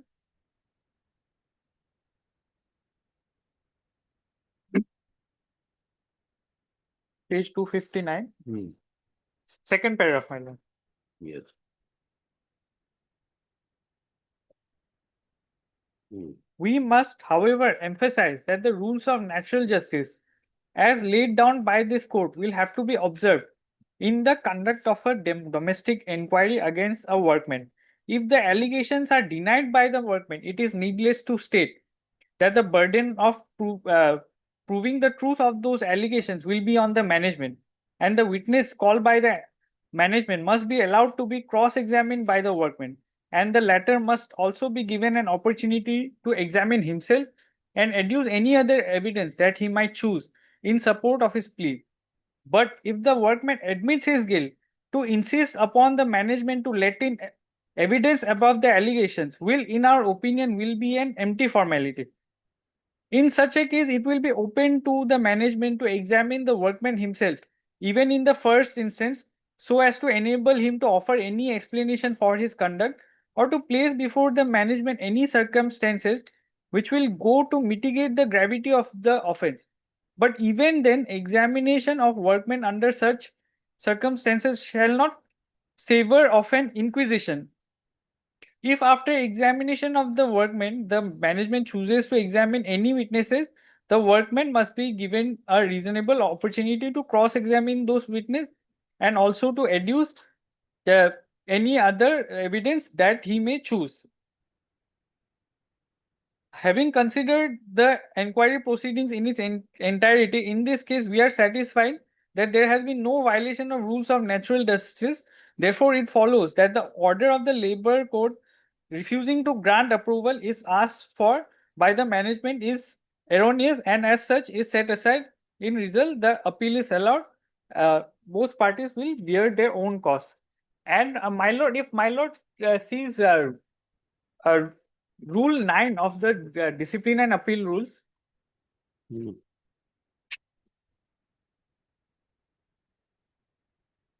Rule 9(4), my lord may see.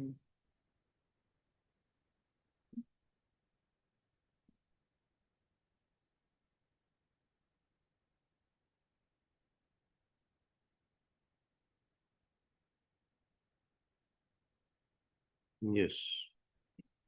9(4), my lord, it says, on received of the written statement of defense, or if no such statement is received within time limit specified, the disciplinary authority may itself inquire into such of the charge as are not admitted, or if it considers necessary so to do, appoint for the purpose of the board of inquiry or an inquiring officer. So when not admitted, my lord, then the disciplinary authority is supposed to proceed further with the inquiry, my lord. And then if my lord comes to the first round of litigation,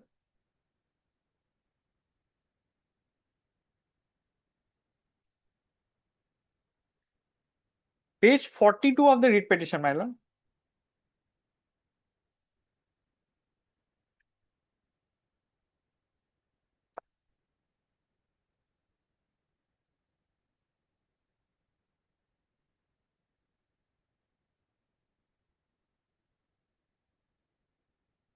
Para 22, my lord. This is the first round of litigation. The question as to whether the petitioner had on his own volition given the statement to the effect that the charges leveled against him and the statement made by the witnesses were correct, whether the petitioner on his own volition or under instigation or upon being misled by inquiry committee had submitted his statement is a question of fact which cannot be entertained by this court. However, this aspect of the matter was duly highlighted in the appeal filed by the petitioner before the appellate authority, that is the Vice Chancellor of the Assam Agriculture University. However, from a perusal of records which were placed before this court, there is nothing on record to show on what basis the communication dated 12/2/2016 was issued by the registrar, Assam Agriculture University. The question as to whether the Vice Chancellor, who is the appellate authority, have taken into consideration the said aspect of the matter in deciding the appeal is a very pertinent consideration.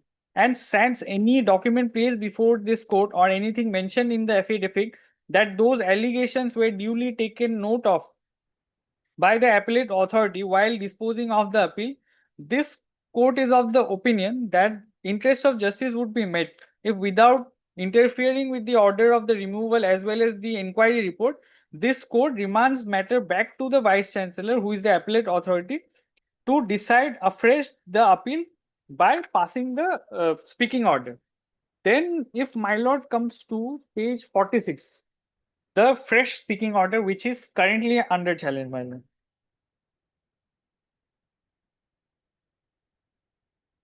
Here, my lord may see that issues raised by the appellant / petitioner. Issues have been framed, my lord. Issue number 1, that no inquiry was conducted against him, neither any witnesses were examined, nor he was allowed to cross-examine any witness. That the departmental proceedings were not conducted as per law, that he was not allowed any defense assistance in disciplinary proceedings. 4, that he never admitted any charges brought against him. Rather, it was written by inquiry committee on the blank paper at his back. 5, that he was assured that all charges against him would be dropped. In issue, then next page, my lord may see issue 4 and 5. The issue number 1, the answer is to be read out. Issue 4 and 5, my lord may see. Issue 4 at page 47. The document was signed by the petitioner himself in presence of the inquiry officer and other witness. Therefore, this issue cannot be accepted and strongly denied. Issue 5, my lord. No such assurance was given to him that the charges brought against him would be dropped. And if my lord goes to his that document, my lord, which he's saying that he was misled, that document, my lord, will find that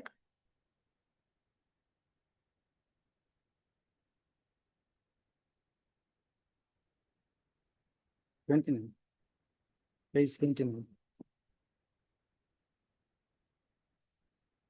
yes, page 20 is the type copy, my lord. 29. 29 is the full page. This was, my lord, given in 16th 7 2015. Then my lord may come to the next You document. know, what is this document? Read it. Yes. To the Honorable Chairman, Enquiry Committee, Assam Agriculture University, Jorhat. Subject, submission of statement. Sir, I have the honor to state that the statements of the presentations officer and statements of the witnesses submitted before the Enquiry Committee held on this day of 16 July 2015 in your office chamber are true. I have admitted the charges brought against me. I request you to condone my fault and I assure to be sincere in future. Then, my lord, at page 30, this is the first order under challenge 27/8/2015, my lord. So, for more than a month, my lord, nothing happened. If he was misled, my lord, or coerced into signing, my lord, what did he, my lord, do in between, my lord? Because he was only waiting for a favorable outcome. In between, no order was passed. Yes, my lord. Can he be allowed to wait for a favorable outcome, my lord, and then say, No, do you deny this 29? 29. Huh? This is my whole case. I am denying because Lordship, see the handwritten.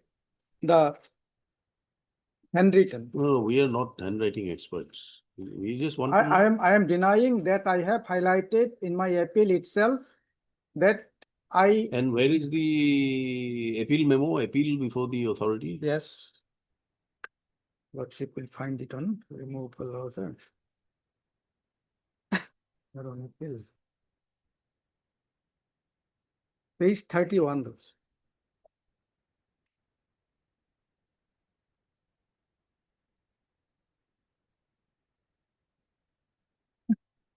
Lordship, relevant portion is on page number 32, 1, 2, 3, paragraph number 5 states.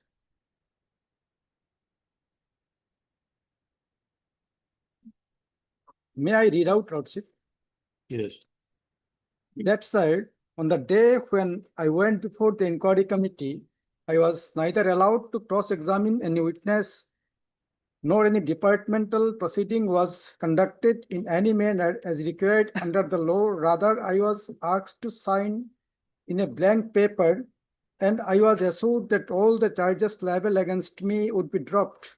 I would be paid all my salary and other dues, but to my surprise, the authority concerned have themselves written on the blank paper that I have admitted my charges through charges brought against me, which is totally false. I have not written the same, rather it was written by the inquiry committee at my back. My statement is very candid and clear. That's On behalf of your defense, did you produce any witness? there was that opportunity was not given to me. No, what opportunity? You are given a reply. I You have are facing an inquiry commission. I have inquiry- given a reply, that is true. That I have given the reply of the show cause notice. But when the day was fixed for inquiry, on that day, no inquiry was held. No statement of any witnesses from my side nor their side is recorded. That is why I am telling that no inquiry was conducted at all. And Lordship, the rule is very clear that if I refuse to produce my defense witness, if I refuse to if I refuse to cross-examine any witnesses, then the statement, reason has to be recorded in the finding of the inquiry report. And the rule is also very clear that after the inquiry report has to be prepared and which has to be communicated to me. That is why I am telling Lordship that the entire inquiry process was done in violation of the rules set up by the Assam Services and Disciplinary Appeal Rules. No, see, your statement at page 32, Yes, you mentioned that you were asked to sign in a blank paper. yes. You're not an illiterate person, you're an employee of the government. No, You signed in a blank paper and hoping that all things will turn out hunky-dory for no, you. Lordship, I signed a blank paper. They have assured me to record my statement. That is your fault. You have accepted their assurance Lordship, by that- signing in a blank paper. I am assuming that I have signed, What, wrongly I have signed, but and it is what post were you serving at that point in time? fieldman. Fieldman. Fieldman under cost cultivation scheme. What is a fieldman? Fieldman, my Fieldman, lord, those who work in Grade the 4, field to grade collect 3, grade 2, what? the grade 4. it grade is, 4. it is not grade 4, my lord. It is grade 3 because they collect data of crops and then submit to the insured. So you have signed in a blank paper. And now you want to say that, no, Well, Lordship, that part is there. Hmm. Yes, I am admitting, Hmm. sorry, I am, for the time being, I am admitting that yes, I have signed. Hmm. For the time being. no, not for the time being. We want to know whether you have signed or not. I have signed the paper, blank paper, You that have is signed the true. blank paper. And they have Why have assured you signed me the blank paper? Number because one? they told me that they will record my statement. Then why did you sign on a blank paper in the first Lordship, place? I am not on the fact. Have you filed any FIR against these people? Lordship, That my, they forcefully obtained a blank paper? Lordship, signed? my intention is not to drag the authority in the court of law. But you My- have. No, in the criminal court of law. Hmm. My intention was to defend myself and to save my job. The question of filing FIR was not relevant at the We are time. asking you a question because you have raised the disputed questions of fact which ordinarily a writ court will not entertain. As simple as that. That is true. This is That your is true. second That round is of true. litigation. I'm not on that. I'm Your whole case is on the basis that you did not sign. Or you signed, but you signed on a blank paper with the hope that they will close the inquiry case. Is that acceptable? Lordship, I am absolutely agree with this honorable court. The disputed fact cannot be entertained. But my question is that apart from that issue, the issue is that You are saying that this particular handwriting in page number 29 is not yours. it is not my handwriting. Then? Well, Lordship, one thing is that even then, assuming that I have admitted, assuming I am not going to submit anything on the disputed question of fact. If Lordship, the termination solely based on the confessional statement is not at all sustainable. It is a settled preposition of the law. Where is the question of not maintainable? You are the employee in question. There are charges against you. You have admitted. Lordship, that is why I am telling that I have not admitted. I am not admitting. Just Lordship, I may be allowed to submit some more time. That I am placing the settled proposition of law. No. Settled proposition will come to back later. First, you settle your facts before the court. Facts is clear that I have not signed any document. But you I said have not. you have signed it. I have Not- signed a blank paper that I have raised before the appellate authority also. No. In your appeal, come to your appeal, page number 31. Yes. Come to this paragraph that you are referring to, page 32. Yes. Second paragraph, third paragraph, fourth Yes. paragraph. Yes. Please read whatever you say. That said, on the day when I went before the inquiry committee, I was neither allowed to cross-examine any witness nor any departmental proceeding was conducted in any manner as required under the law. Rather, I was asked to sign a blank paper and I was assured that all the charges leveled against me would be dropped and I would be paid all my salary and other dues. But to my surprise, the authority concerned have themselves written on the blank paper that I have admitted my charges brought against me, which is totally false, as I have not written the same. This is nothing but a criminal offense against the authorities.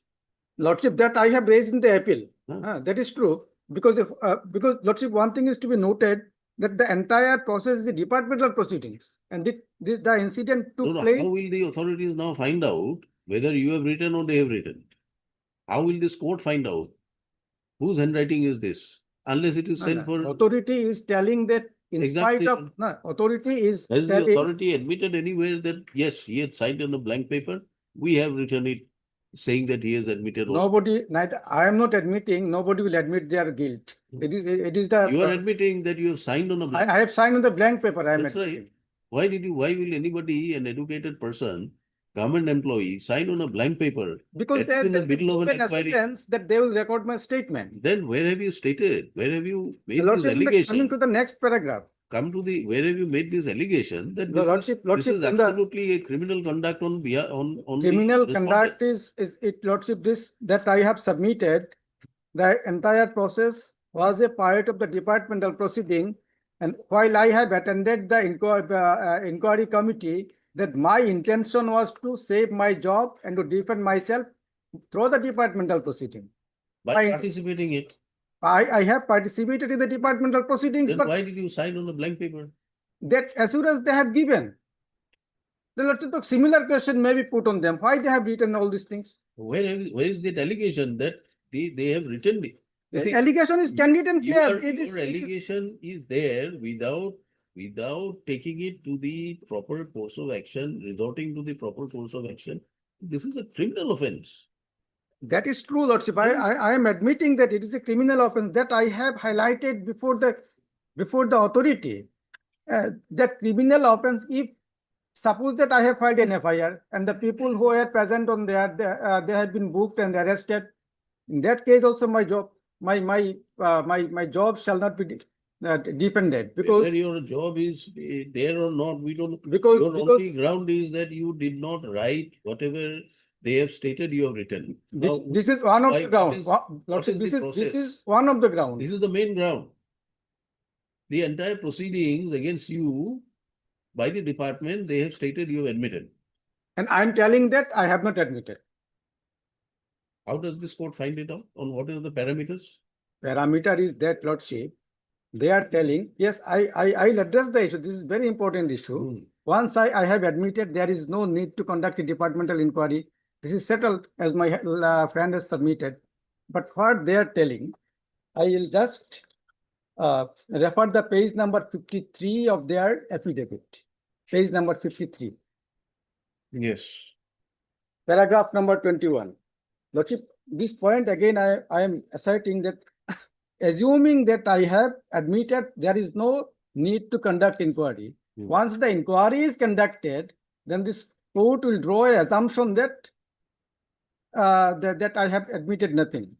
Page number 21, paragraph that with regard to the paragraph number 20, 21 and 22 of the instant writ petition, it is most humbly submitted that the inquiry report was prepared and findings from the each of charges were recorded by the inquiry committee.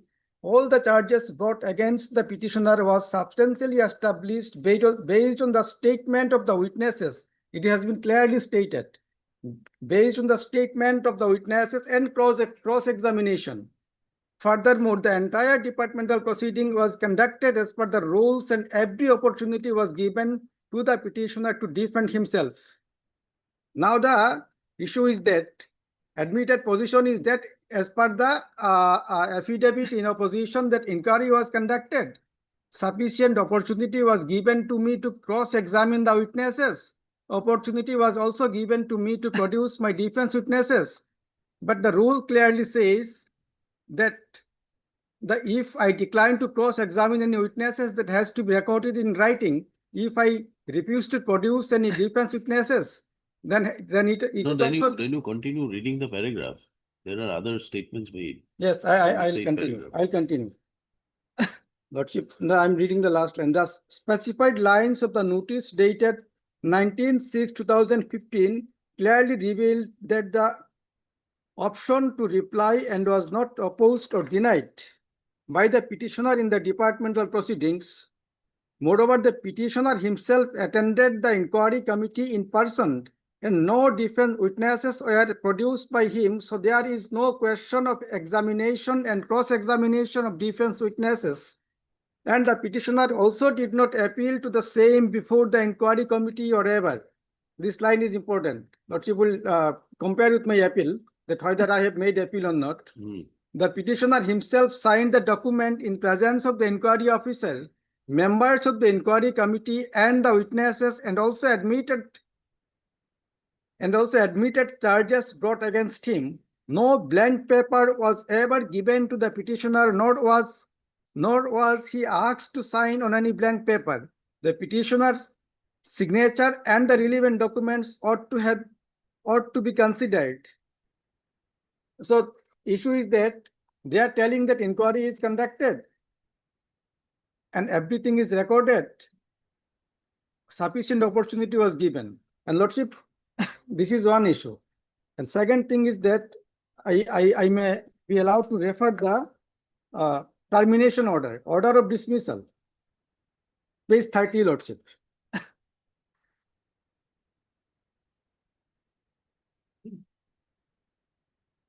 Page 30. 30.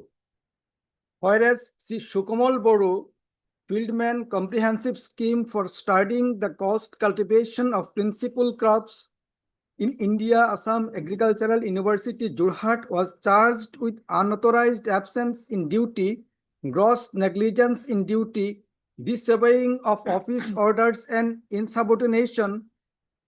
Several show cause notices were issued to Sri Boru but were not properly responded on time.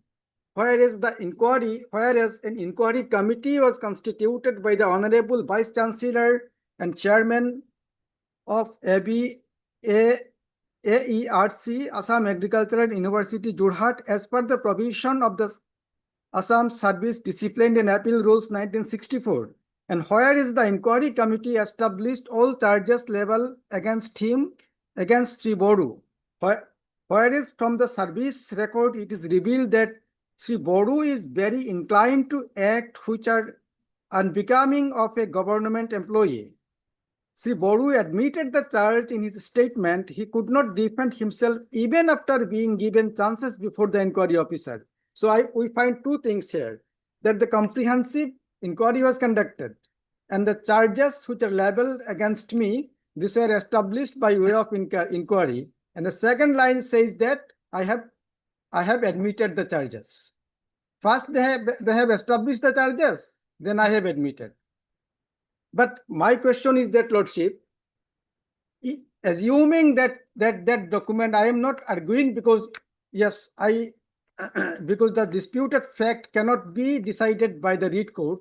Assuming that this document I have signed, in spite of that, they are telling that the charges which are leveled against me, they are substantially established by way of conducting inquiry. Lordship, another issue is that the notice was issued as per the provision of the Assam Services and Disciplinary Appeal Rule 1964. So the culmination and conclusion of the notice has to be in accordance with the rules designed in the Assam Services and Disciplinary Appeal Rules 1964. When the notice was issued as per the provision of the rule, the notice is to be answered or it is to be concluded as per the provision of the rule.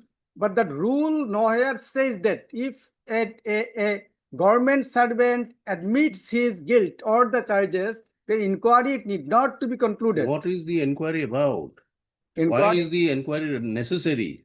Inquiry is necessary because the charges which are leveled against me, it has to be probed by the This way of argument that inquiry. you're making, are you relying on any judgments? Yes, Yes, Lordship, please. yes. Please place it. There are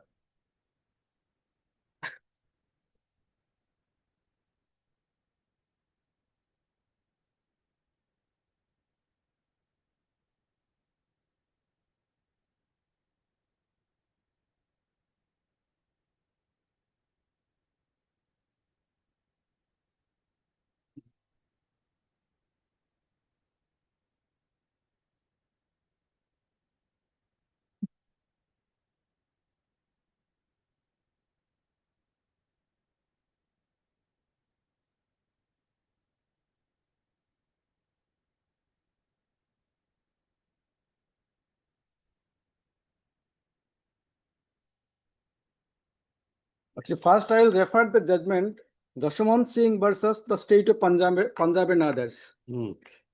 Lordship may peruse the paragraph number 8.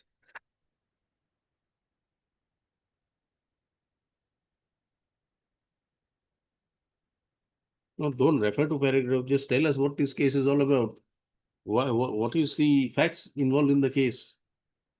This observation of the Supreme Court is that Hmm. the termination solely based on the confession is not at all sustainable because the charges which are liable against the charged employee are to be established by way of inquiry.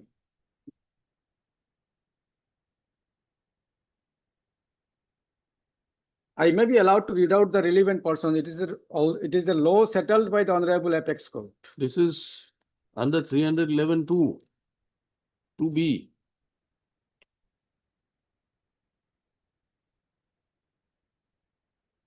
Which one, Lordship, referring This facts, the case relates to 311(2)C of the Constitution of India. Article 311(2). Huh. There is the dispensing with the service inquiry under Article 311(2)B requires objective facts supporting the finding that an inquiry is not reasonably practicable nor not mere subjective belief. In my case, notices are also issued under Article 311. Here the court says that, Lordship, I'm just reading out the paragraph number 8, second page, relevant portion.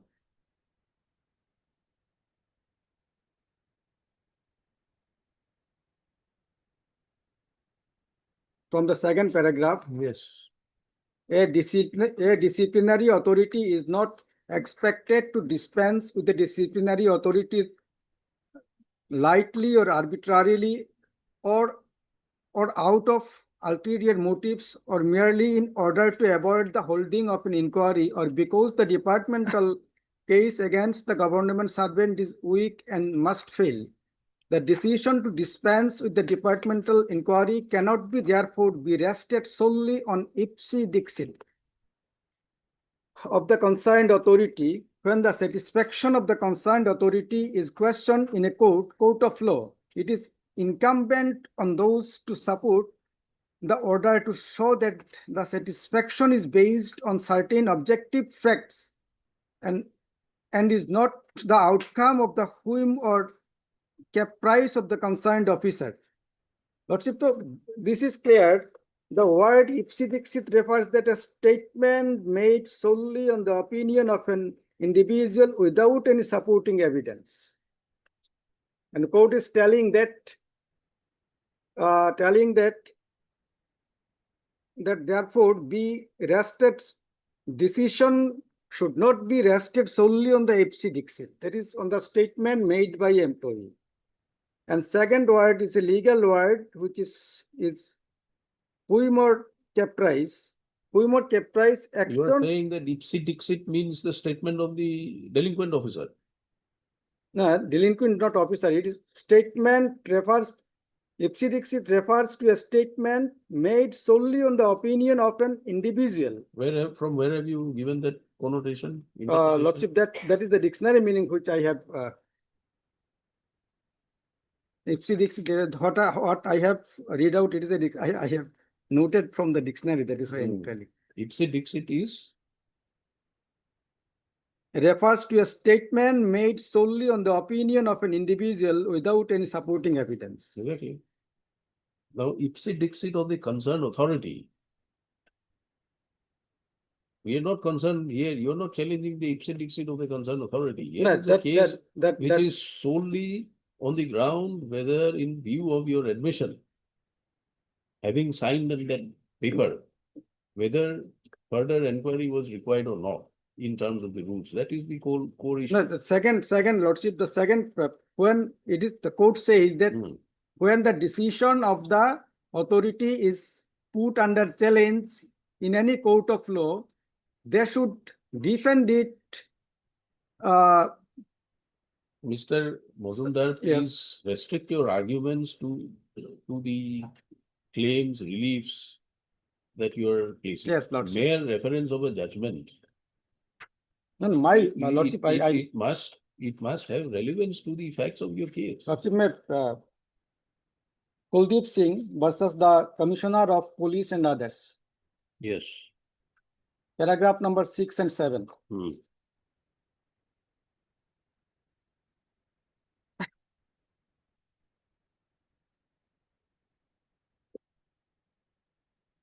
I may be allowed to read out it. Yes. It is no doubt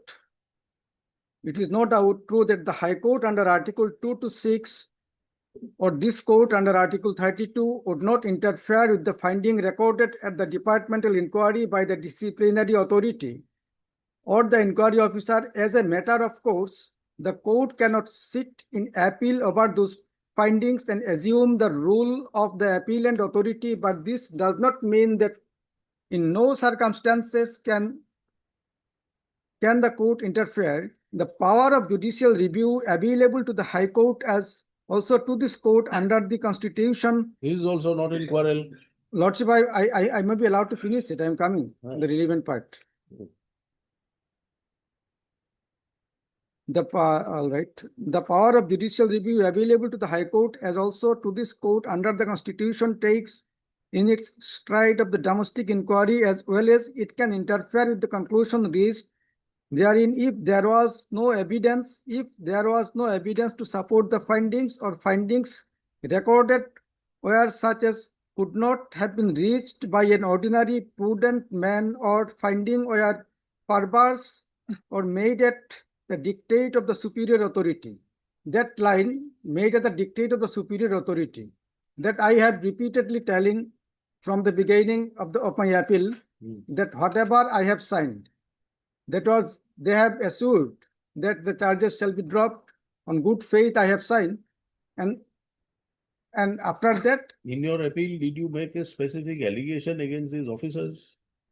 That officer X, Y, Z, they were the person responsible? That allegation in appeal, I did not name personally, but the persons who signed, they were President Commissioner, all the persons. Don't want to take up cudgels with the officers and you do according to you accept whatever they say and then you turn around now before the court questioning that very authority, very proceedings. The first thing is that you let us assume that you are compelled. You not only filed an appeal before the authority, you had come before this court in an earlier Lordship, that answer. Did you make allegations in the earlier proceedings against these persons? No, this Lordship, page 30, page 29 probably. Where is the page 29? The name is there reflected, so I need not to mention their name separately in my appeal. Name is categorically is there, Lordship. Where? In the page number 29. 29.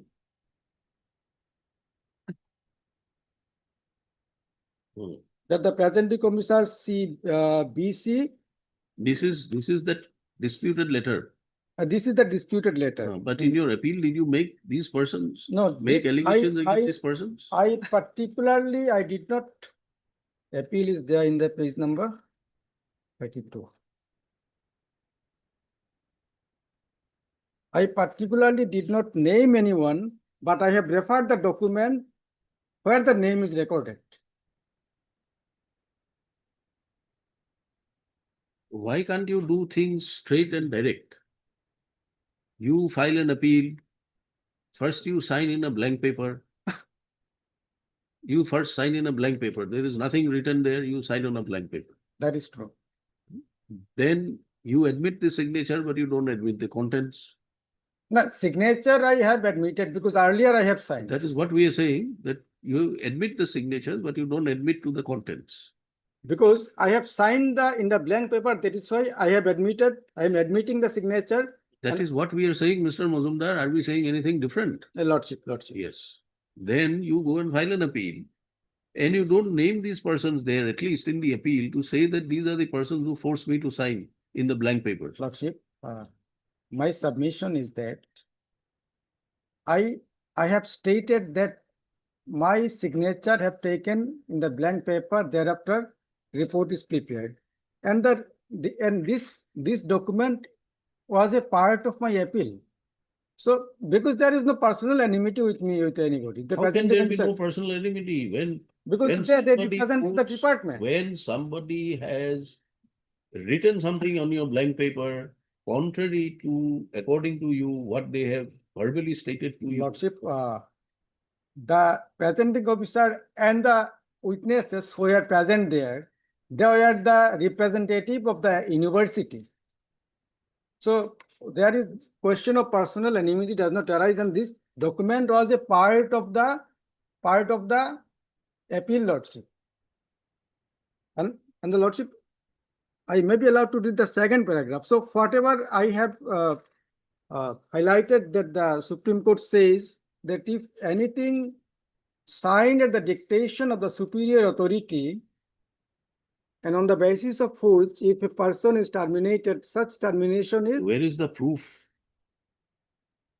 Where is the finding by collateral evidence that you had signed at the dictate of the one more superior thing, authority? Lordship. This is the second paragraph I am coming. Because I'm trying to establish that. No, there is no question of trying to establish. Either you establish or you don't establish. No, I will establish. I am very much confident. I do believe that I will satisfy the court. Very nice. We will continue in the second half. Lordship, then any other date, because second half I have some medical We urgency. don't know. You make yourself available. Or we are closing it. We are hearing this matter. Why did you take up any other matter in the second half? Or why did you open this matter for hearing when you know that you already have a hearing in the second half? No, Lordship, that I thought, I am very honest, I thought that it will be finished before. In 2 minutes. To We not- would have, Not 2 minutes. we can finish it just now. No, I will refer certain decision, Lordship. See, you don't want us to finish it in 2 minutes. Now then Lordship will dismiss it, then finish, it will be finished within 2 minutes, within 30 seconds also. We are not saying that. We are saying we can finish it in 2 minutes. Yes, in the second half. We'll continue in the second half. Lordship, I have a bare lordship. In respect of item number 9, lordship. Today, lordship, I have received the records with the translation part, lordship. I have informed my brother, friend, lordship. So, lordship, any other day, lordship. Item 9. Item 9, lordship. Item 9, my lord, is related to my lord, departmental proceeding, my lord, where my lord, major penalty was imposed, my lord. And second, Item 9 after 1 week? Lordship, lordship. After 1 week. fixing it out, my lord, date, my lord. After 1 week. Yes.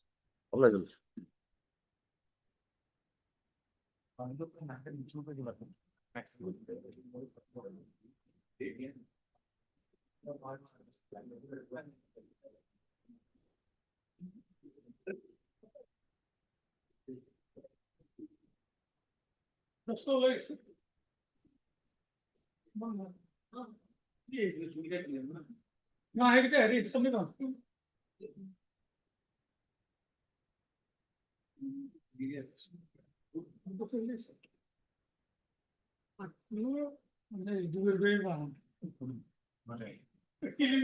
At his statement in a question of fact, which cannot be entertained by this court. However, this aspect of the matter was duly highlighted in the appeal filed by the petitioner before the appellate authority, the Vice Chancellor of Assam Agricultural University. However, from a perusal of the record which were placed before this court, there is nothing on record to show that on what basis the communication dated 12/2/2016 was issued by the Registrar Assam Agricultural University. The question as to whether Vice Chancellor, who is the appellate authority, have taken into consideration of the said aspect of the matter in deciding the appeal is very pertinent consideration, and since any documents placed before this court or anything mentioned in the affidavit that those allegations were duly taken note by the appellate authority while disposing the appeal, in this court is of the opinion that interest of justice would be met if without interfering the whole order of removal as well as the inquiry report, the court remands the matter back to the vice chancellor, who is the appellate authority to decide afresh the appeal by passing speaking order. So Lordship, this merit on the order of removal is not decided. Rather, the court remanded back to the appellate authority to take a fresh decision. And here one thing is to be remembered, that appellate authority is the authority. They are empowered to withdraw the removal order, withdraw the dismissal order. And Lordship, the finality of the dismissal process become final when the appeal is rejected by the appellate authority. It starts from the issuance of notice, in the meantime inquiry, then dismissal order, and it gets finality when the appeal is rejected. So this observation of the court is that the appellate authority is the final authority, and they are the empowered to take any decision. Accordingly, it was remanded back to the appellate authority. Where was the earlier order of the appellate authority, which was interfered by the court? In the first round or last? First round. First round. It is on the page number 34, Lordship.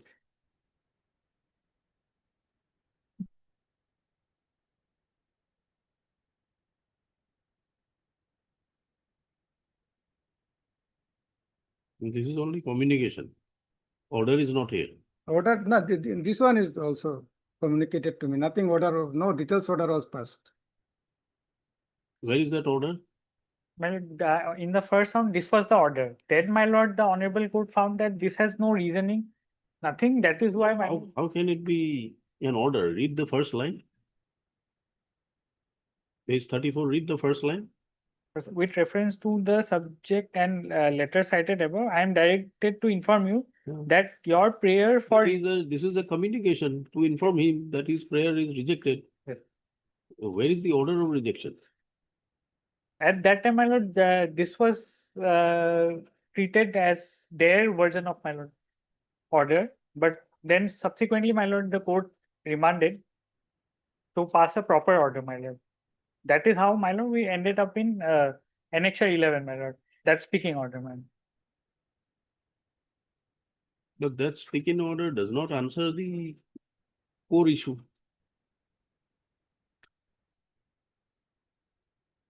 Issue number 4.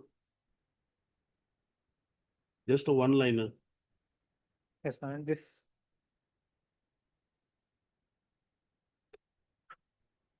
This is an observation from the documents, or is there an attempt to go for the finding? Doesn't appear to be a finding.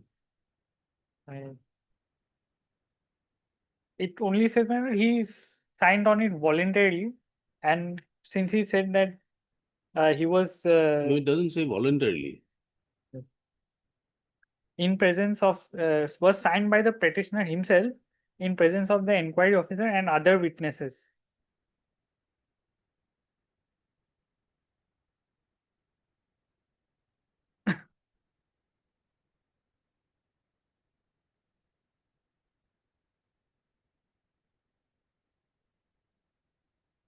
This does not appear to be satisfactory. Read the question at page 46, question number 4. That he never admitted any charges brought against him. Rather, it was written by inquiry committee on the blank paper at his back. And see the answer now. Document was signed by the petitioner himself in presence. But my records speak for itself, my lord. Records, he has questioned the correctness of the document. He does not say, I have not signed it. He says, I have signed it. But I signed it in a blank paper, and this was what was written by the department. Now the appellate authority has to either say that it is not possible to find out, Yes. or you have to say that no, what statement he has made is not correct or is correct. There could have been a detailed finding Then on this.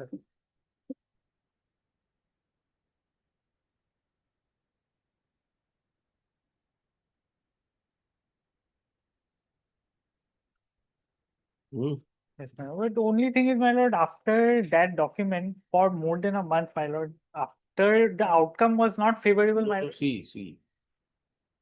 There, he had come before the court on the facts and circumstances has remanded the matter. Neither party went in appeal. So the order remains. Yes.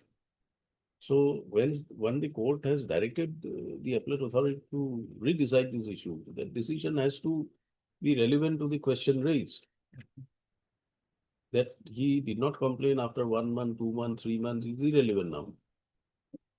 You only have to find out whether his allegation that he has made a signature on the blank paper. Otherwise, my lord, in our affidavit, my lord, we have stated that a signature on blank paper was not taken. My lord, he knew the contents of the document and then. But your affidavit is again contradictory. If you read, Affidavit, they are telling that comprehensive and complete inquiry was conducted. you see page 53, para 21, Yes. second line. All the charges brought against the petitioner were substantially established based on the statement of witnesses and cross-examining. Where was it? It's the wrong statement. If the inquiry was closed on the basis of his admission, where is the question of giving this statement? Your records, can you show it from your records? Because, my lord, in his admission also, he is also referring to at page 29, my lord. No, Mr. Counsel, you either say that this was established in view of his admission, but where is the occasion for cross-examination? Show from your records that you have cross-examined him. No, cross-examination was not done, my lord. Okay. Because in that paragraph itself, my lord, it is clarified that no defense witnesses were produced by him, so there is no question of examination and cross-examination. And petitioner also did not appeal for the same before the inquiry committee. The petitioner himself signed the document in presence of inquiry officer, member of the inquiry committee and witnesses, and also admitted the charges brought in.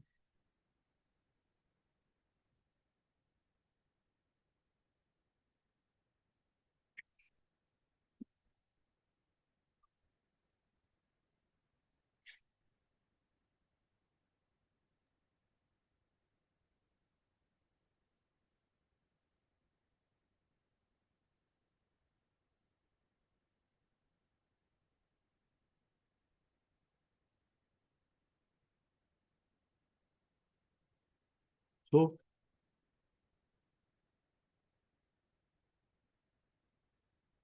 is there anything else on record to substantiate whatever you said?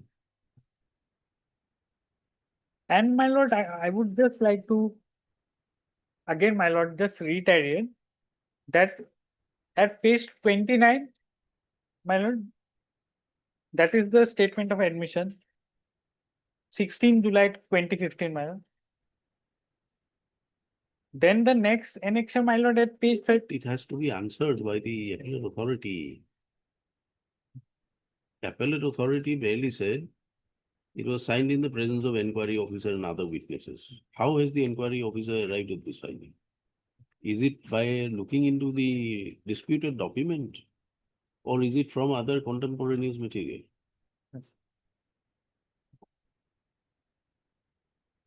Because, my lord, that plea was raised only after order was not in favor, my lord. But that, of That course, he my was lord, not raised in the earlier writ petition. Did you raise these objections? this objection was raised, my But it was overturned. Matter was still remanded to the Yes. appellate authority. because my lord had seen that the first order barely contained anything. It was just a communication. That is why, my lord, again it was remanded for a proper Whatever it speaking. is, but your objection that He has raised his allegation only after the order had become adverse. It's not a ground urged. It was, my lord, recorded in the, Do you have any other material with you? so far, my lord, this is our stand, my lord, that All right, heard Mr. F.Z. Mutundar, learned counsel for the petitioner, Mr. Rai Porthakur, learned standing counsel for the. What is that? Agriculture, Assam Agriculture University. Assam Agriculture University. The petitioner who was engaged, serving as a field man in the cost of cultivation scheme under the Assam Agricultural University, was terminated from service.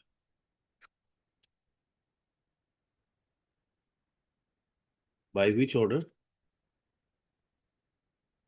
Order of termination? Yes, Lordship. It was movable page 30, Lordship. By order dated. Hmm. 27/8/2015.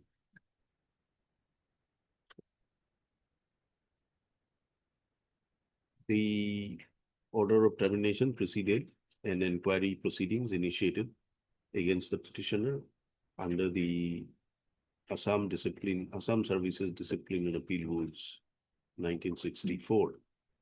Stop. In the said inquiry, upon replies being filed, upon charge sheet being served and replies thereto being filed by the petitioner, at the time of hearing before the inquiry officer, the petitioner is stated to have admitted the charges in his statement, and therefore thereafter the inquiry was concluded and the order of termination was issued. Stop. Being aggrieved, the petitioner had approached his court earlier by filing WPC number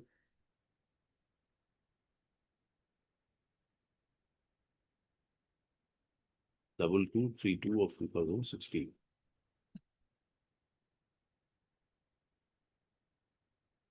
Before the coordinate bench, the disciplinary proceedings and the impugned order of termination was challenged, and the petitioner substantiated his arguments by submitting before the court that he had signed, he was asked to sign, he was forced to sign on a blank paper upon being intimated that if he puts his signature, all charges against him will be dropped. And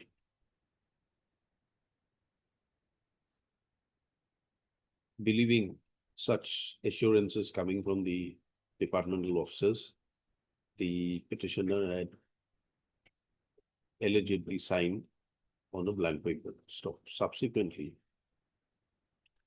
the departmental officers had recorded in the said blank paper containing the signature of the writ petitioner that he admits to all the charges. So a copy of this purported admission dated 16th of July 2015 is also enclosed to the present, is also enclosed to the writ petition is annexure 6. Stop. Upon due consideration of the matter in its entirety, the coordinate bench ultimately declined to interfere with the inquiry conducted, but inquiry conducted and the order passed by the disciplinary authority, but it interfered with the orders passed by the appellate authority and thereafter remanded the matter for a fresh decision.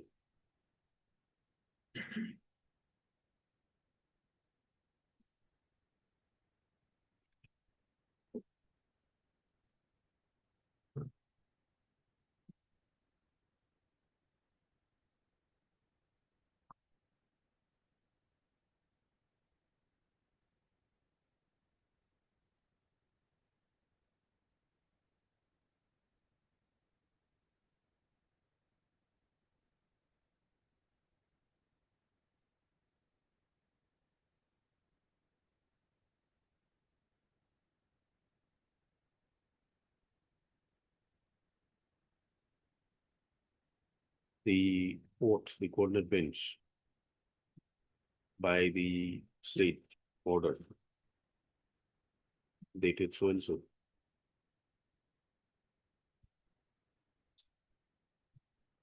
Well, 2022. Passed in WBC so and so. Set aside the order dated 12/2/2016, passed by the appellate authority, and remanded the matter to the said appellate authority for the fresh decision in the appeal, taking into account the various grounds taken therein, and thereupon pass a speaking order. Stop. Pursuant to the said orders passed, the appellate authority, by order dated 2/2023, passed a speaking order whereby the appeal of the petitioner preferred was rejected. So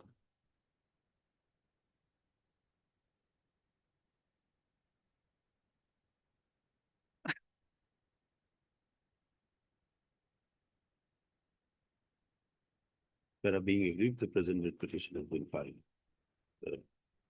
Mr. F.Z. Nozumdar, counsel for petitioner, referring to the judgments of the Supreme Court, submits that an inquiry proceeding initiated cannot be concluded to impose cannot be concluded confirming the charges, even if the same is on the basis of an admission. Stop. He submits that the petitioner does not admit to the contents of the communication dated so and so, which the department claims have been addressed to by the petitioner. Stop.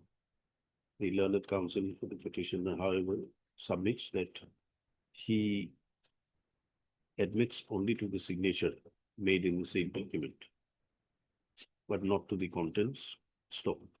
He reiterates his submissions that during the time of hearing before the departmental inquiry, the petitioner was impressed upon by the respondent authorities to give his blank signature on the paper, whereupon they will drop all charges. Stop.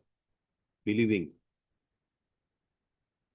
such offer made by the departmental authorities, the petitioner had put his signature on the blank paper. So, however, to his dismay, he found that in the said communication, the contents, in the said communication, to his dismay, he found that the same was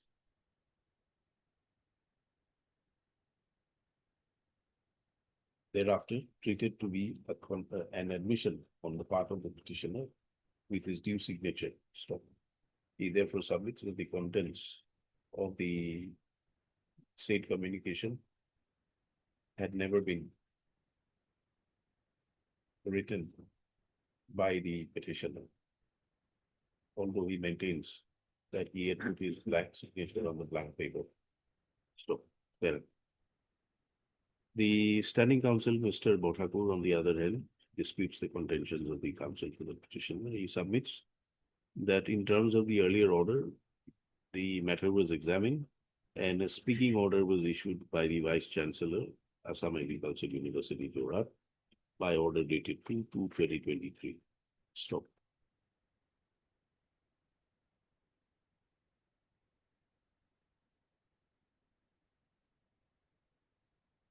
He submits that once the petitioner has admitted to the charges, there was no necessity for continuance of the inquiry, departmental inquiry.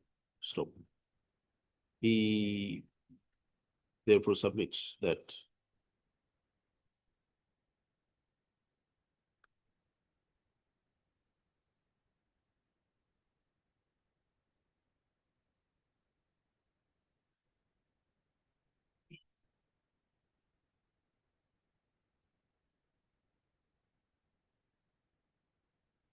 that there is no merit in the writ petition and the same should therefore be dismissed.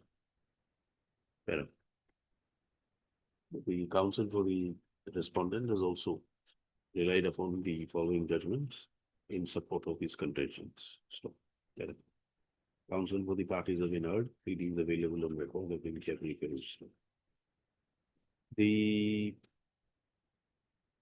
core issue to be decided in this writ petition or presented before this court in the present writ petition is the order passed by the appellate authority, namely the Vice Chancellor of the Assam Agricultural University, ID the order dated 2/2/2023. Stop. Although the writ petitioner has assailed the departmental proceedings and the conclusions thereof against him, the same is not, this court is not inclined to examine the same, as these were issues which were already raised before the coordinate bench by the earlier writ petition filed by the writ petitioner, being WPC number 2232 of 2016, which came to be disposed of on 12/12/2022. Stop. By the order passed by the coordinate bench, the matter was examined and including the correctness of the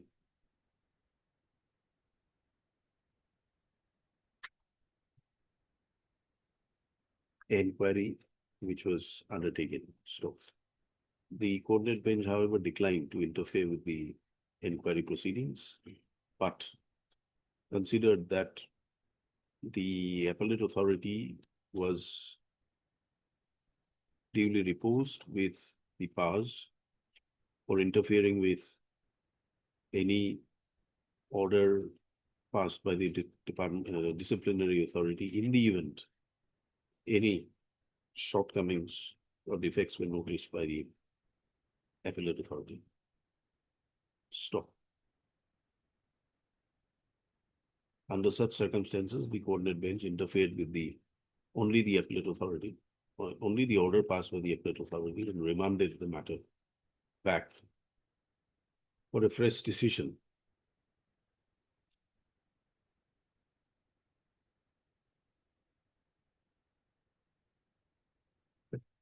The court also observed that since the issues raised before the court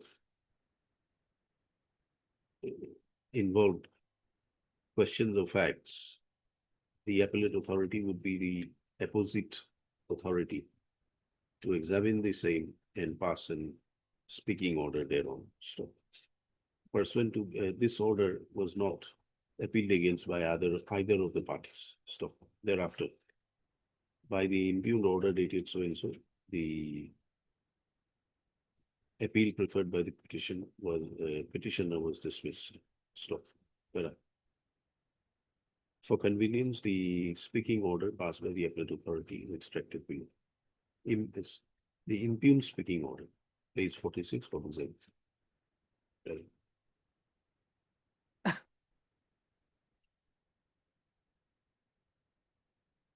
Having noticed the question raised before the court, both in the earlier round of litigation as well as this present proceeding, it is seen that the moot question raised by the petitioner is whether the order, whether the claim of the petitioner that he did not admit to the charges by way of the communication dated so and so 16/7/2015 is indeed a correct statement. Referring to the said communication dated 16/7/2015, which is available as Annexure 5, Annexure 6, page 29 to the writ petition, it is seen that this communication was signed in the presence of the presiding officer as well as other witnesses. So, however, it is the claim of the writ petitioner that he did not admit to the charges as have been sought to be leveled against him. The petitioner only admits to putting his signature on a blank paper. So.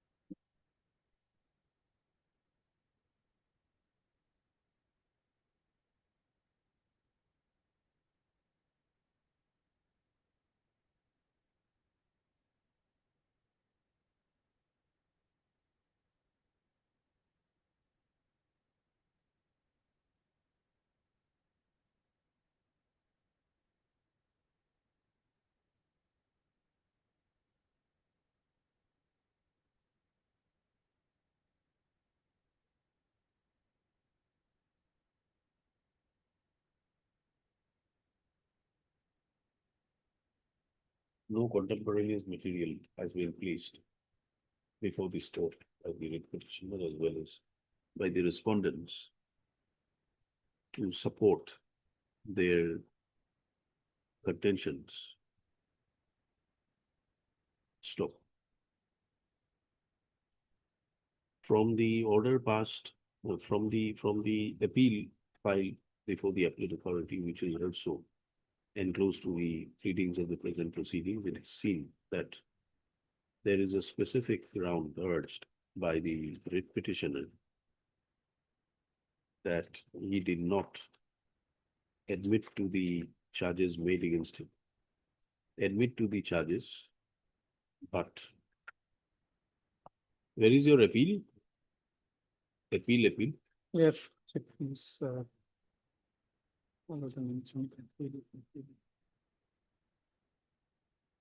Page 31 It's page 31. in his appeal dated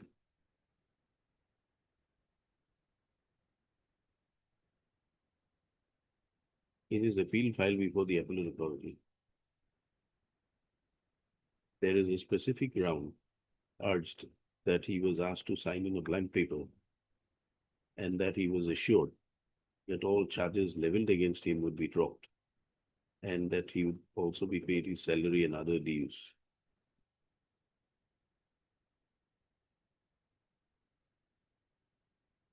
But to his surprise, the authority concerned have themselves written on the blank paper that he admitted the charges brought against him, which is totally false. Stop.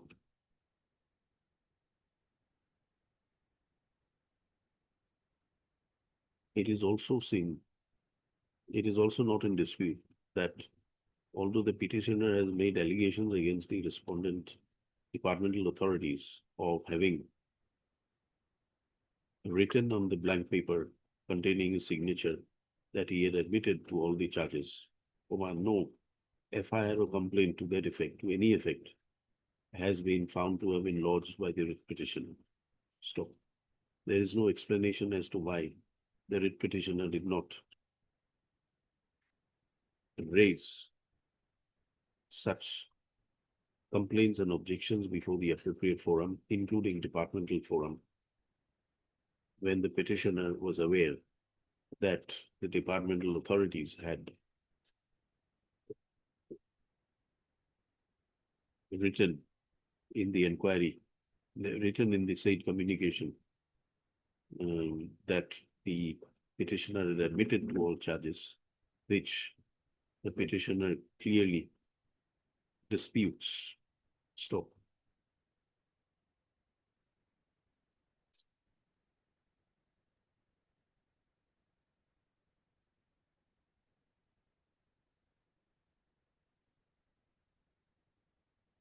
On the other end, the appellate authority has also recorded, has also framed an issue, being issue number 4, which is reproduced above, to the effect that the document that the petitioner never admitted to any of the charges brought. Rather, it was written by the inquiry committee on the blank paper at his back.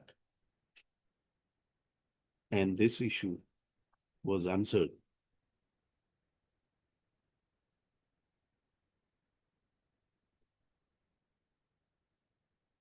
against the petitioner by holding that the document was signed by the petitioner himself in the presence of the inquiry officer and other witnesses. Stop. There is no reference to any material by the appellate authority as to how the appellate authority came to the conclusion that this allegation, this ground raised by the petitioner has been found to be incorrect. Stop.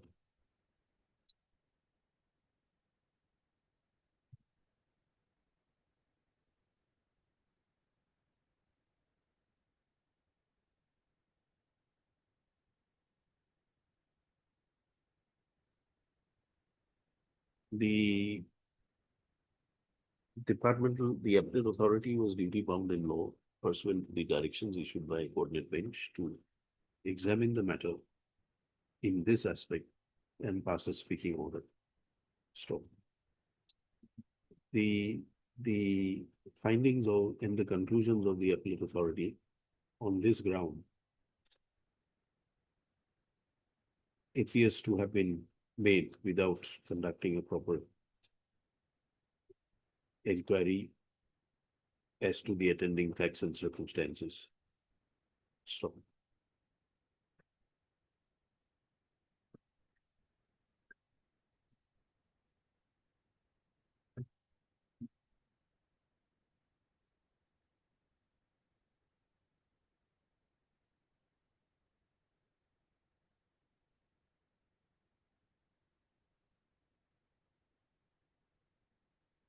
The document on which the petitioner is alleged to have made his admission was shown to have been signed in the presence of some witnesses.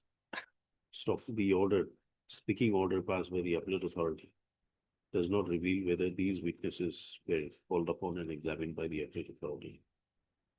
While deciding this question of the admission of the charges by the writ petitioner. Stop. Under such circumstances, we consider it appropriate to again remand the matter back to the appellate authority to redecide specifically on the question of the admission stated to have been made by the writ petitioner, which is reflected in ground Roman 4. Stop. The appellate authority will cause a proper inquiry if need be, and thereupon pass a speaking order in respect of the said ground Roman 4 as above. Let this speaking order be passed within a period of 60 days from the date of receipt of a certified copy of this order. The findings of the appellate authority in respect of the other grounds are not interfered with. Writ petition is allowed in part to the extent indicated above. Interim orders, if any, stands march. Therefore, That speaking order may be passed after hearing the petitioner if necessary also. of course, the opportunity, needless to say, opportunity of hearing the writ petitioner should also be granted when the appellate authority redecides the matter as directed. Records placed before the court are returned to the standing counsel. Item 7. Item 7. May I please, Your Lordship? Petitioner has approached against reduction of his pay in the last month of his service. The pay has been reduced. His monthly pay has been reduced by about 4,500 in the last month of his service. Lordship will kindly have a look at He retired on superannuation on 30/9/2021. And Lordship will kindly have a look at the pay slip of the last 2 months. Pay slip of July 21 and August 21 at page 81 and 82. Page 81, Lordship will kindly have a look at. Yes. Salary of July 21. Then the table, second table below, there Lordship will find basic pay 79,490. Then next page, Lordship, August 21, basic pay is same 79,490. Now, Lordship, what they do on the next page, Lordship will see next page, page 83. 83, they have prepared the details of calculation starting from 1/4/2017. And here, Lordship will see July. His pay, basic pay in the month of July, it becomes 75,100. These they have done in the last month. This is dated 17 September 21. 17 September 17/9/21. Here basic pay is 75,100. Originally it was in the month of July, August, it was 79,490. They have reduced it by more than 4,000. It becomes 75,100. For which year? 2021. Year Lordship will find in the pay slips also at page 81 and 82 it appears July 21 and August 21. Then they have done the calculation at page 83, 17/9/21. That is the date of making. For only 1 month.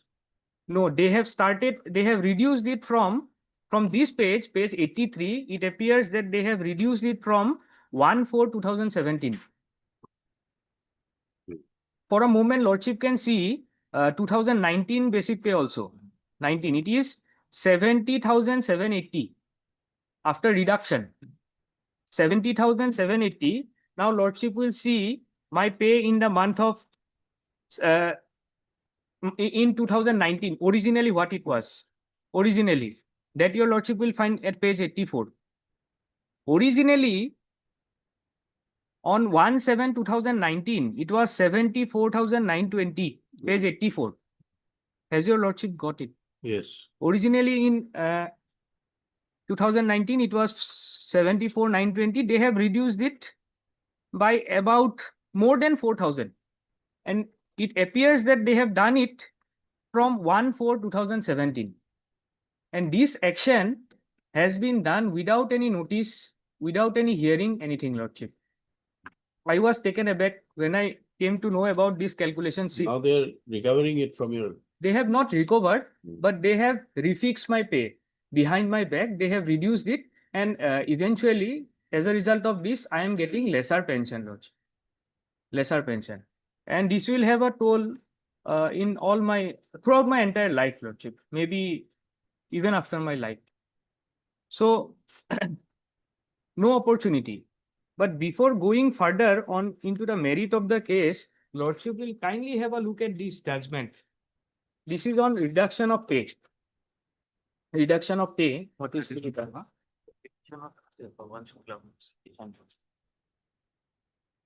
Small judgment, third paragraph, Lordship, I am reading. Third paragraph. Next page. Back side. 1994, 6 SCC 154.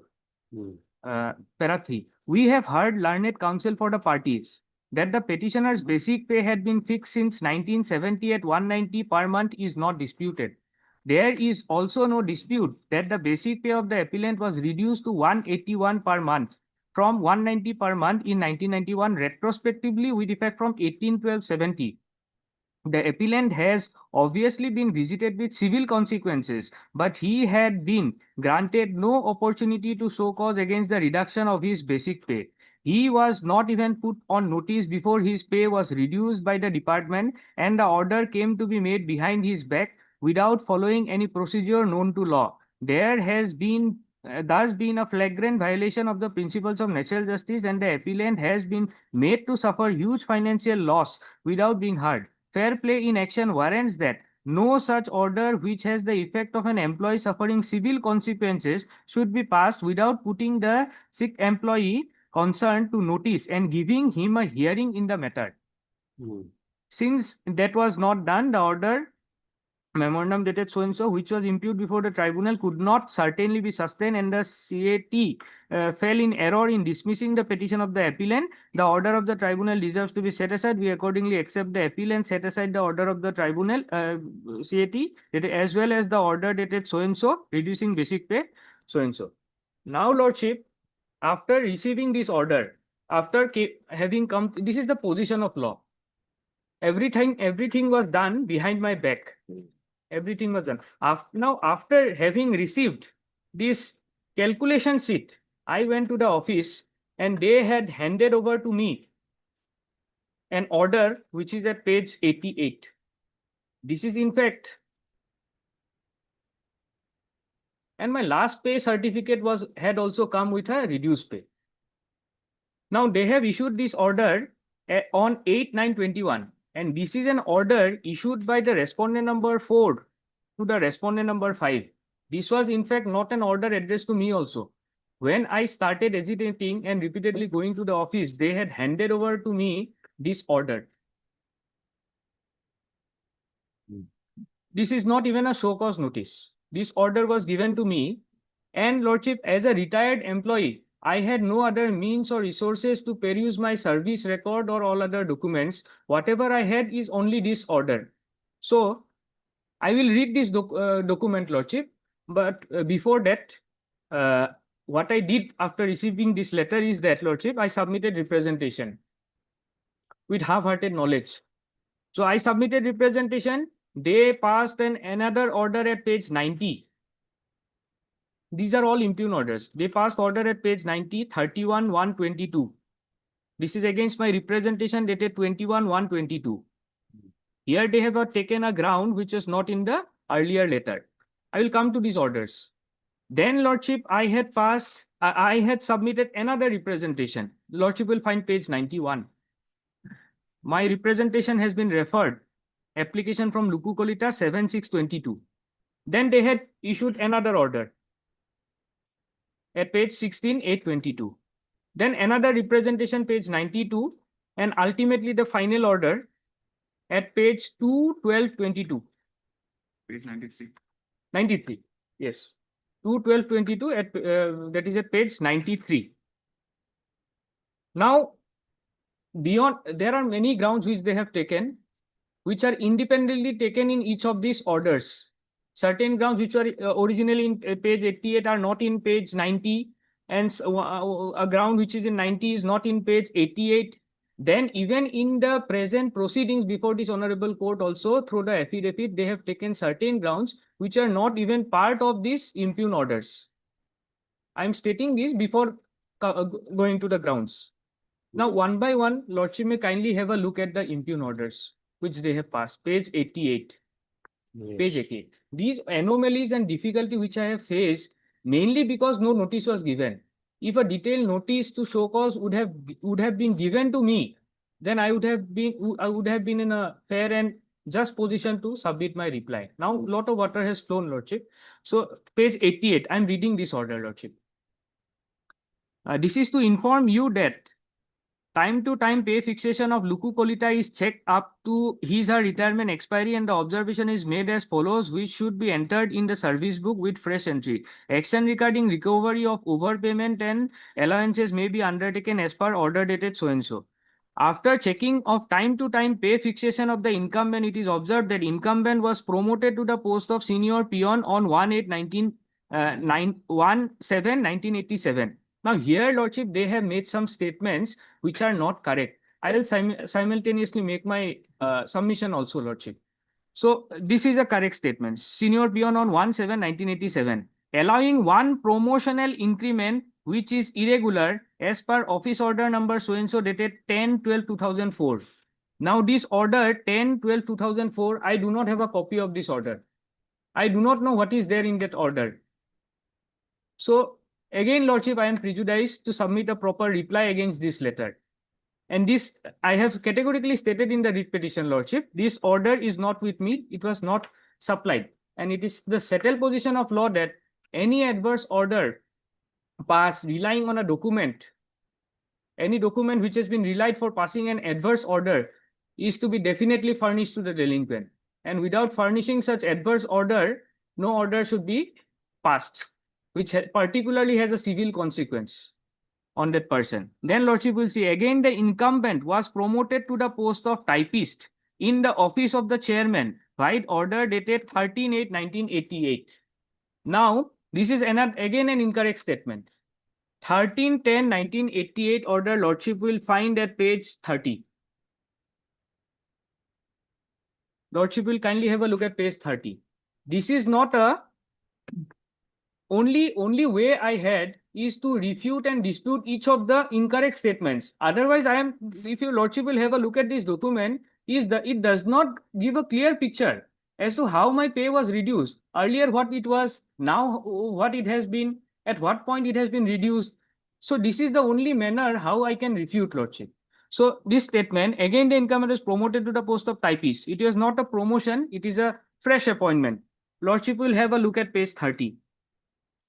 Page 30. Yes.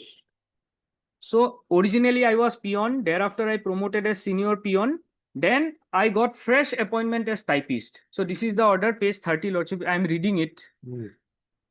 Subject to satisfactory police verification report on character and antecedents and submission of medical fitness certificate, the marginally noted persons are appointed temporarily and until further orders as typist in the office of chairman. I am at number 2. AACP Narengi in the pay scale of so-and-so plus other as may be admissible under the board rules and orders issued from time to time, the date of with effect from the date of their joining. The appointment is purely temporary and their service are liable to be terminated at any time without notice and without assigning any reason thereof. Then Lordship will have a look at next page, serial number 10. Serial number 9 is my name. Copy is given to me with note. Note, Lordship will see towards the right side. Office of the Chairman, Narengi, Guwahati. They are advised to report for duty within 15 days from the date of issue of this order. Now, it is a fresh appointment. I am saying so because here it contains elements of police verification, character and police verification report on character and antecedent, medical fitness certificate. So these are not contained for promotion. It is never seen that in case of a promotion, medical fitness or character antecedents are seen. Then Lordship, I have categorically stated in the writ petition here, Chanakya Deka serial number 1, serial number 3, serial number 4. These are outsiders. These are outsiders. I have stated at page 125 of the writ petition. Categorically, I have made statement. Pursuant to this order, what happened? Yes. I was reading the impugn order, Lordship, page 30. Page 88 was the impugn order. You are reading page 30? 30. Yes. Yes. After this typist appointment, I was Lordship granted. Then Lordship will kindly have a look at this. I was granted pay fixation, revised pay from. You were initially appointed as what? Peon. Peon. Then I was promoted as senior peon. Then while I was working as senior peon, I got fresh appointment as typist. Then I was promoted as junior assistant on 15/5/2009, then senior assistant on 10/10/2012, and then superintendent on 27/3/2017. Now, here from this order at page 88 impugn order, another thing which I see that at the time of becoming junior assistant, since it is a higher post, I was granted 2 increments initially, one for annual increment and another on account of promotion. That your Lordship will find that the law, Lordship will find at page 39. That is as per the revision of pay rules 2010. Lordship will have a look at page 39. Page 39. Revision of pay rules 2010. Here, Lordship, para 8, page 44. Para 8. Increment is, however, till the appropriate modality is last line. However, till the appropriate modalities of performance-based increment is determined, the employee will be given increment at the rate of 3%. Now, Lordship will have a look at para number 10, page 45. Page 45. In case of promotion from one post to the higher post, or on or after You superannuated from which post? Superintendent. superintendent. So here I am trying to show that when I got promotion to the post of junior assistant, I got promotion on 15/5/2009, and I opted that I should get my pay fixation from the next date of increment, that is 1/7/2009. So accordingly, on 1/7/2009, I was granted 2 increments that your lordship will find at page 46, note 1. Note 1. That is the law, lordship. This is the law. In case the employee opts to get his or pay fixed from his or next date of increment, then on the date of promotion, pay in the pay band shall continue to be unchanged, but grade pay of the higher post shall be granted. Further refixation shall be done on the date of his or next increment, that is first day of July. On that day, such an employee shall be granted 2 increments, one annual increment and the second on account of promotion. So this is contained in the revision of pay rule 2010, and this provision is also contained in the revision of pay rules 2017, which is at page 58. Here also lordship will see page 65.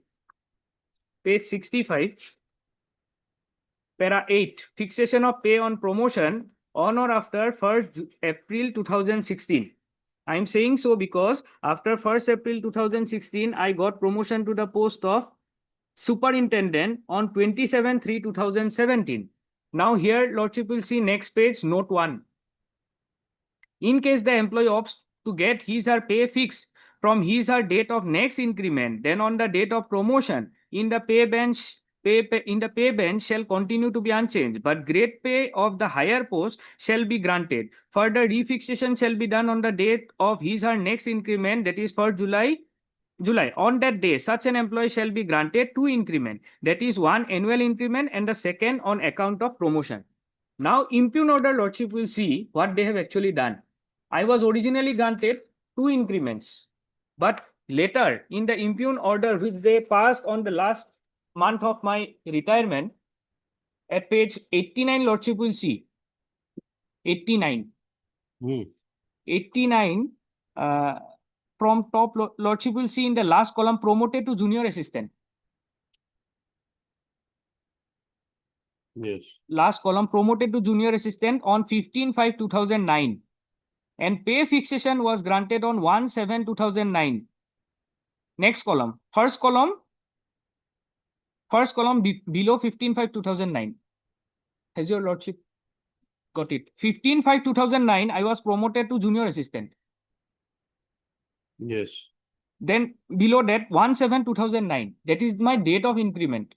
On that date of increment, I ought to have been granted 2 increments, and which was originally granted also. But by way of this pay Why fixation, 2 increments? I had shown lordship, revision of pay rule 2010, page 39, lordship will see. When a person, What is the stand of the department? now lordship, they had taken many stands in the impugn order. In the impugn order at page 88, they have taken a stand that when I was promoted from the post of junior assistant to senior assistant, and from senior assistant to superintendent, my duties and responsibilities were not increased, were not enhanced. So I was not entitled to both the increments. I was entitled to one of the increment. Although, however, that ground is in none of the impugn orders. That is a ground supplemented by way of an affidavit now before this honorable court. However, that ground also has been refuted by me. Now, all these discrepancies has arisen because no notice was given to me. No notice was given to me. Lordship will have a look at the impugn order. I'm reading it minutely, lordship. All incorrect statements have been made in this impugn order. Read it. Yes. After checking para 1, I am reading, lordship. After checking of time to time pay fixation of the incumbent, it is observed that the incumbent was promoted to the post of senior peon on 1/7/1987. This is correct. Allowing one promotional increment which is irregular as per 10/12/2004. This is an anomaly because this order was not given to me. Without supplying such an adverse order, they cannot reduce my pay, which has a bearing and which has been relied upon them for reducing my pay. This order not given to me. I have stated clearly at page 17 and not denied by them. Then Lordship will see, again the incumbent was promoted to the post of typist in the office of chairman. Right? Order dated 13/10/1988. I have shown Lordship, this is not a promotion order. It is a fresh appointment because it contains elements of police verification, character antecedents verification, then Lordship medical examination. It contains, the order contains outsiders also. Then What is the difference if you are appointed as a fresh? it actually does not have a difference. It does not have a bearing. Because I am showing this only to show that Lordship, I have no other resort because this is the order which I have received, and it is as per this order they are saying that they have reduced my pay. But this does not categorically show as to how they have reduced the pay. Earlier what it was, now what it has been, that comparison is not there. So only measure I have is to refute the statement and make and portray before this honorable tribunal, place before this honorable court, what is the mistake and what are the incorrect statements made by them. So it actually does not have a bearing. Even if it is a fresh appointment or a promotion, it does not have a bearing on my reduction of pay. But going through all these documents, all the pleadings and everything, what I have ultimately understood is that according to them, Lordship, it is, they say, my promotion from post of junior assistant to senior assistant and from senior assistant to superintendent I do not discharge higher duties and responsibilities. That is what they say. And because of that, I am not entitled to 2 increment. However, that may not be the only ground for reduction of 4,500 rupees in the last month of my salary. But no specific grounds have been otherwise stated by them. But I can also show that it involves higher duties and responsibilities. Lordship will have a look at their reply.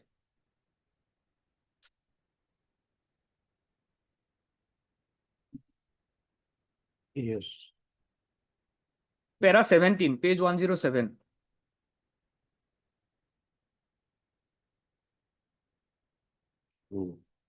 That the statements made in para 25 of the writ petition are absolutely incorrect and are categorically denied by the answering respondent. It is categorically denied that the promotion of the petitioner to the higher post of senior assistant from junior assistant and also to the post of superintendent from senior assistant on 1/4/17 involves duties and responsibilities of greater importance as has been alleged.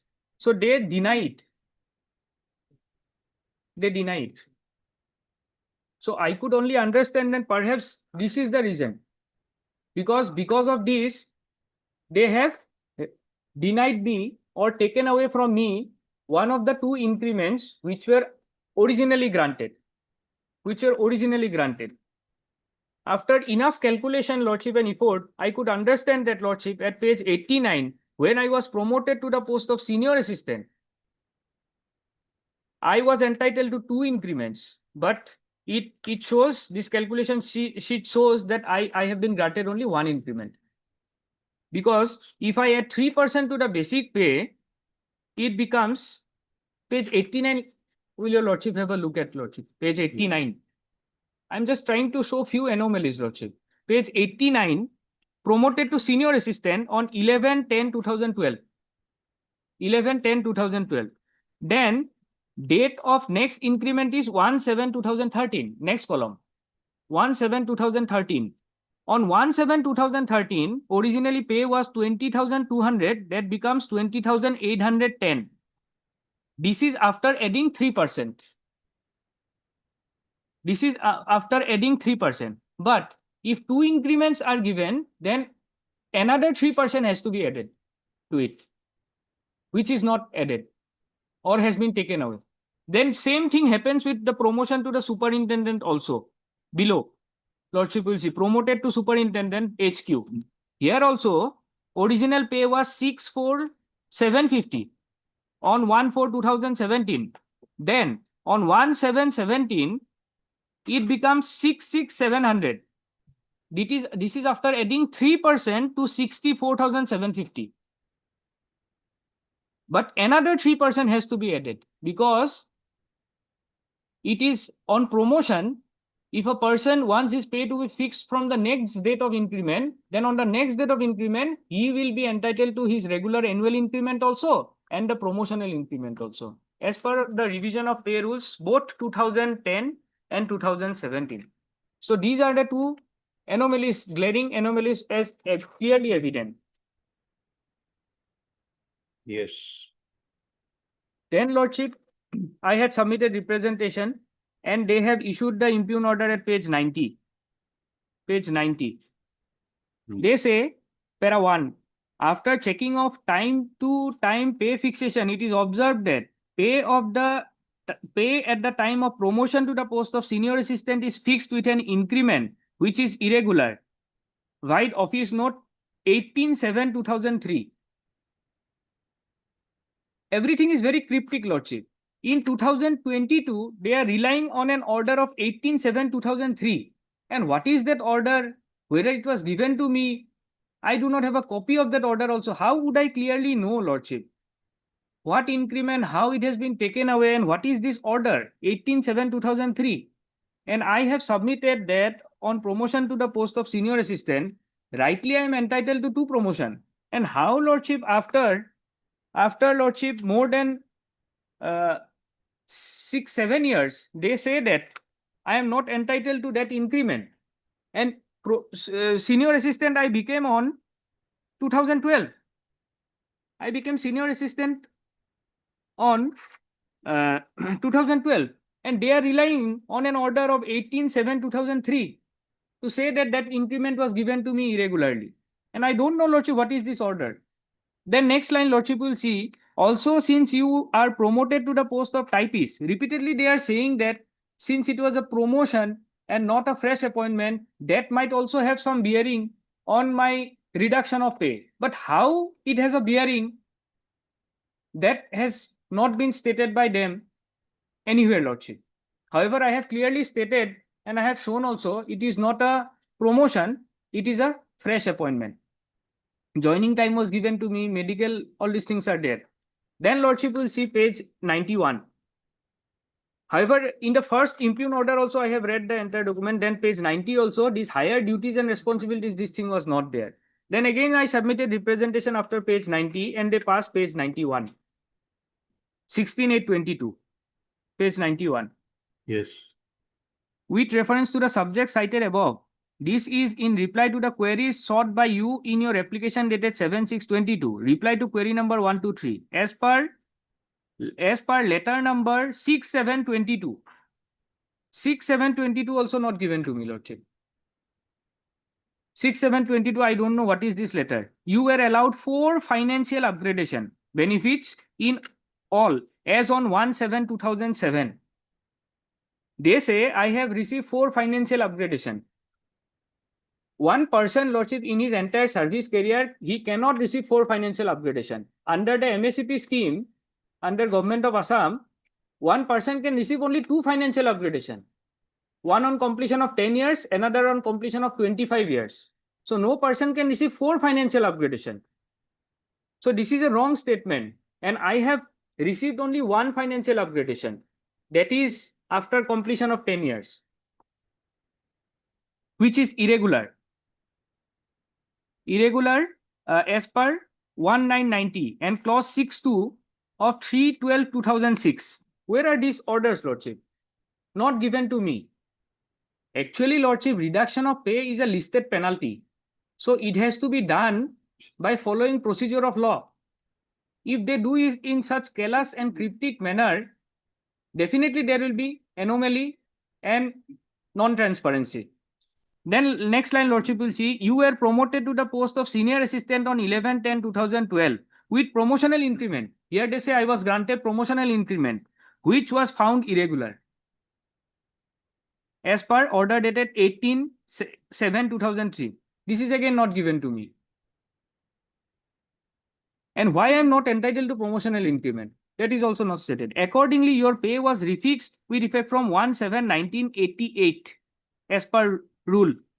But here, Lordship, will kindly see this sentence. This sentence is itself contradictory to their own statement. In the first order at page 88, they say my pay has been refixed from 15/10/1988. And here they say my pay has been refixed from 1/7/1988. 1/7/1988. Then, Lordship, the first document which I had shown at page 83, they had refixed my pay from 1/4/2017. So these dates are also incongruous, Lordship. Page 83, 1/4/2017, they have refixed. Page 88, they say 15/10/88. Then page 91, they say it is refixed from 1/7/1988. Then next line, Lordship, will see. Moreover, it is recorded in your service book that you joined as typist on 15/10/1988 and not in the month of May as claimed by you in your application. Hence, the notional increment would be entitled to you in the month of October in the succeeding years as per rule. What rule and why October, why September, not dealt with. Neither in the reply nor in these orders nor in subsequent impugn orders. Moreover, this also does not, as I have clearly stated, it is actually a appointment and not a promotion. And even if it is a promotion, it does not have a bearing. Because if I am given the all three future promotional increments along with my... No, then why do you keep saying that it is an appointment, not a promotion, if it doesn't have a bearing? They have been saying that it is a promotion and not an appointment. Yeah, but so how does it affect your claim? According to you, it has no bearing. Yes. So why do you keep raising this issue that because it is an incorrect statement. Actually, it is an incorrect statement. That's why I am saying that... Correct, provided it has some relevance to your claims. Actually, Lordship will kindly appreciate that they have not given I think the stand is reflected in page number 93. 93. I'm reading it, Lordship. With reference to the subject cited above, I would like to inform you that you had joined as peon on 1/7/1980 and was promoted to the post of senior peon 1/7/1988. Again, you were promoted to the post of typist in the office of the chairman by so-and-so 13/10/1988. This is a wrong statement, Lordship. Moreover, you were allowed scale benefit. No, this is a wrong statement in what sense? Is it with regard to the promotion or with the date? Or with both? regard to the promotion. This is not a promotion. This is an appointment, fresh appointment. All right. Yes. But how does it change your claim or salary or increment? Does it have any effect in the increment? No. Then I'm just showing that it is a incorrect factual statement. incorrect Lordship. statement. Okay. Incorrect statement. Hmm. And they have not stated that because of my promotion, it will have some other effect on my pay. They have also not stated that. Moreover, you were allowed scale benefit on 1/4/1987 in the scale of 3670 to 7720. Financial upgradation on 1/1/2007. Now, 1/4/1997 is the date when revised pay was given from 4th CPC to 5th CPC. I was given corresponding pay. That is the effect of the 5th CPC. It is not some scale benefit. That is date of effect of 5th CPC. 1/4/1997 is the date of effect of 5th CPC. It is not the date of scale benefit. They cannot show, they have not shown that on that date I have been granted some scale benefit. Then financial upgradation on 1/1/2007. Actually, what happened? Finance. What are you trying to say that this 4 financial upgradations has been misinterpreted to say that you have actually got 2 financial upgradations? Actually, 1 financial upgradation. One. And the others are revision of pay benefits. Revision of pay, some are promotions. It is like that. they have stated I've been granted 4 years. Yes, anything more? One is Lordship Senior Peon, I was promoted on 1/7/87. Then typist was a fresh appointment. It is not a financial upgradation. Then on 1/4/1997, that is the date of effect of 4th CPC and 5th CPC, and it is not a scale benefit or a financial benefit. Then next line, Lordship will see, you are allowed 4 financial upgradation. That is an incorrect statement in all, which is irregular as per office order dated 1/10/1990. Where is this order, Lordship? Not given.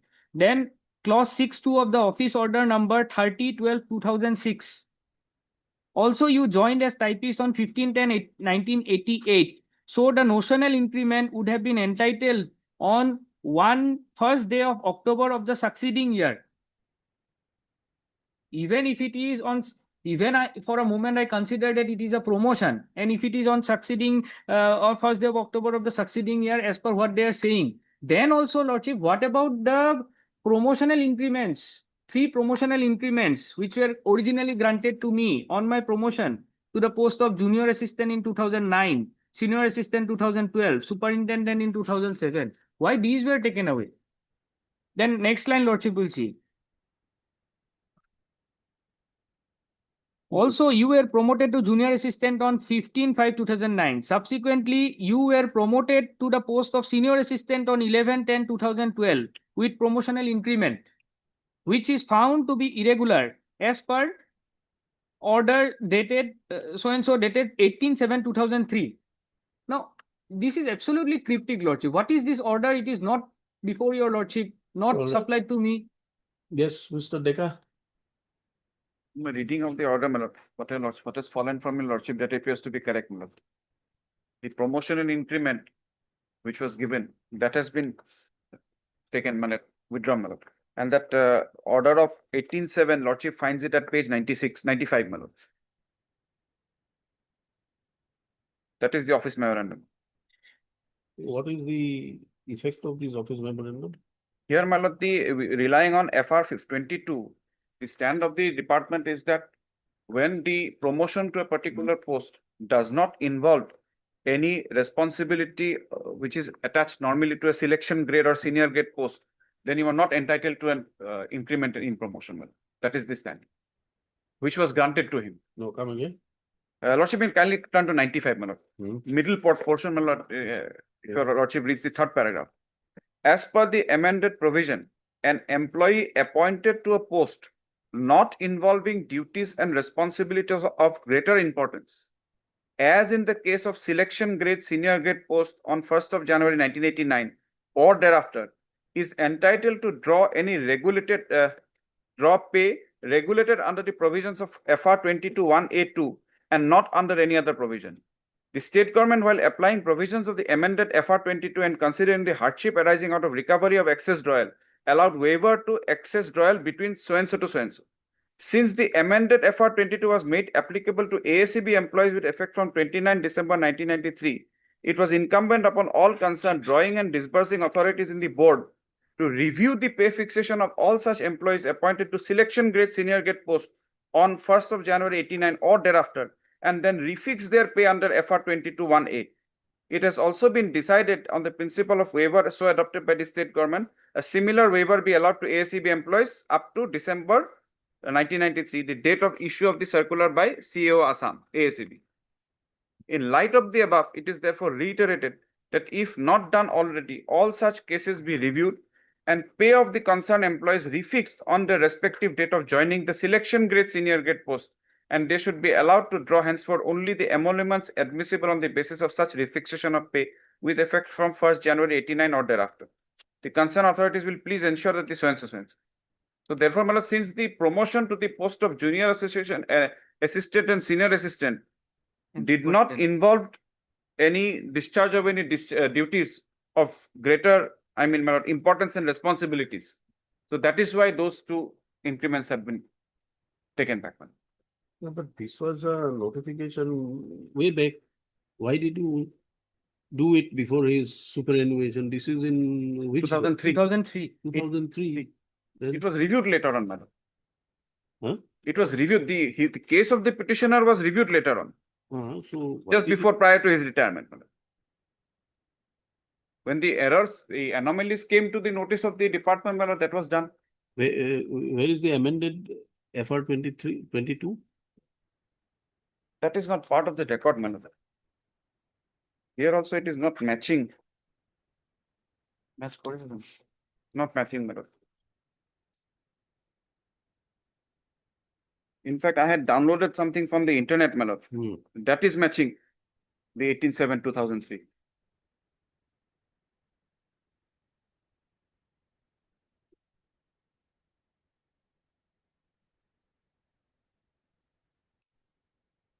I have quoted it otherwise at page 8, Lordship. Is it matching? Matching. One minute.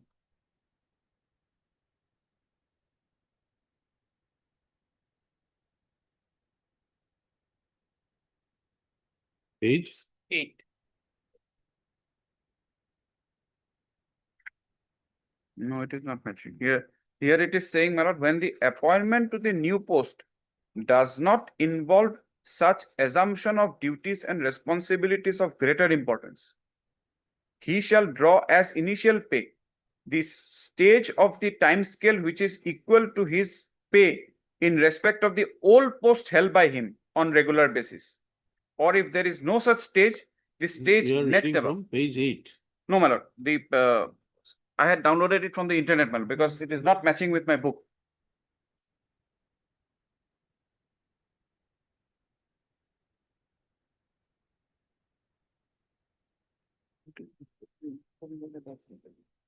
Let them take a call. Us speaking.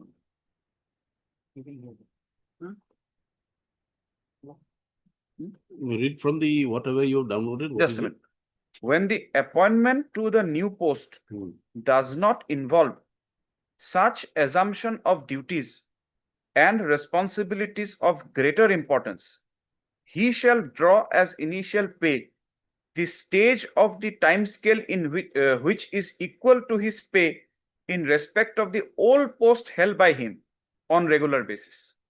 Or if there is no such stage, the stage next above his pay in respect of the old post held by him on regular basis. So the stand of the department is that since the post of junior assistant or senior assistant does not involve the assumption of duties and responsibilities of greater importance, that is why the grant of that increment was not proper. Now, may I submit, Lordship?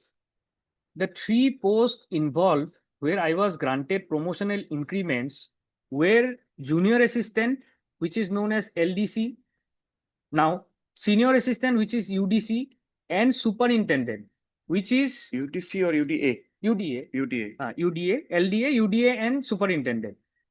Junior assistant, I was granted. These are 3 different posts in different scales of Yes. pay. So how do you And- say that it doesn't assume? And superintendent. Because if your lordship reads the note, it comes back to page 93. Yeah. 95, I'm sorry, madam. It says responsibilities of greater importance as in the case of selection grade / senior grade. These are what? Promotion by way of seniority. Promotion by way of seniority. This speaks of selection grade, madam. Yes, selection grade and senior grade are different kind of posts. We are not selection grade and senior grade. So where those persons are promoted in situ to selection grade and senior grade, then these higher duties responsibility may not arise. But here these posts are altogether different. UDA, No. LDA. Tell us where is it correct? FR 22. Which FR 22 are you reading now? And from where? Which document? I have, Lordship, tried to collect duties and responsibilities of superintendent. You don't want that. First tell us FR 22. Lordship, the FR 22, which I have found in the internet, Lordship, that I have quoted at page 8. This FR 22, if you are holding this book, then it is at page 65. 65. Lordship kindly reads that, madam. 2. When appointment to the new post does not involve such assumption. 1. Lordship will read 1, madam. When appointment to the new post involves the assumption of duties or responsibilities of greater importance, as interpreted for the purposes of Rule 30 than those attaching to such timescale next above his substantive pay in respect of the old post. When appointment to the new post does not involve such assumption, he shall draw as initial pay the stage of timescale which is equal to his substantive pay in respect of the old post. So that is why, my lord, it has been interpreted that it is not a post which involves the assumption of responsibilities of greater importance, my lord. No, assumption of greater importance as interpreted for purposes of Rule 30. Yes, coming to Rule 30.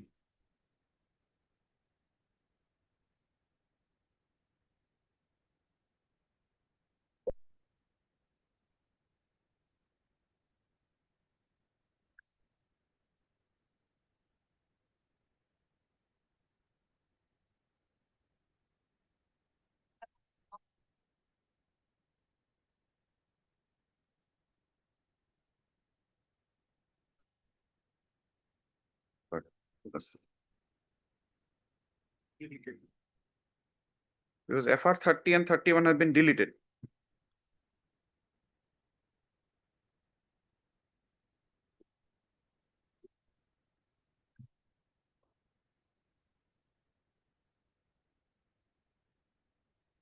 But this, prior to its deletion, what it referred to, Yes, 31, my lord. is 30, Yes. is to be appointed to officiate in a post and is ordinarily not draw a higher scale unless the responsibilities are high. Lordship will kindly read FR 30, the pay of the just the clause under that italics part, my lord. Subject to the provisions of Chapter 6, a government servant who is appointed to officiate in a post shall not draw pay higher than his substantive pay in respect of a permanent post other than tenure post, unless the officiating appointment involves the assumption of duties and responsibilities of greater importance than those attaching to the post other than a tenure post, on which he holds a lien or would hold a lien had his lien not been suspended. So if we read this, my lord, along with 22, so you will get an increment on promotion only when you are holding a post of greater importance and responsibility. No, but he has to be appointed to officiate in the post. Yes. So here he has not been appointed to officiate in that post. He is promoted according to it. Promoted according. So he will not get the promotion and increment if FR 22 is applied. No, what we want to say is FR 22 is, perhaps it is to be applicable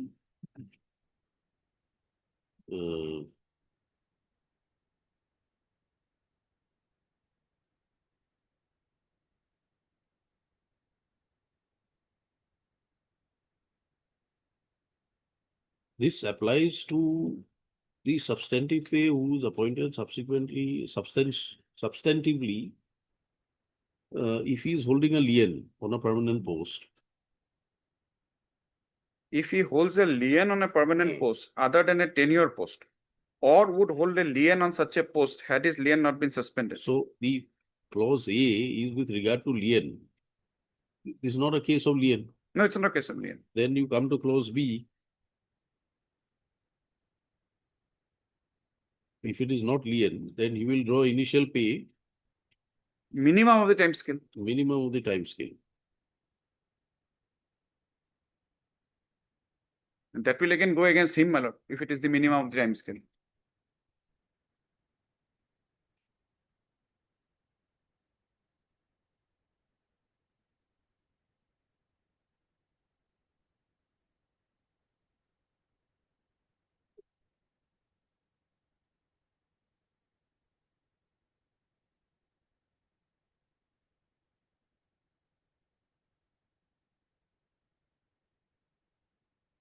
There's a reading of page 93 order, my lord. The ground on which it has been withdrawn is that he has given 4.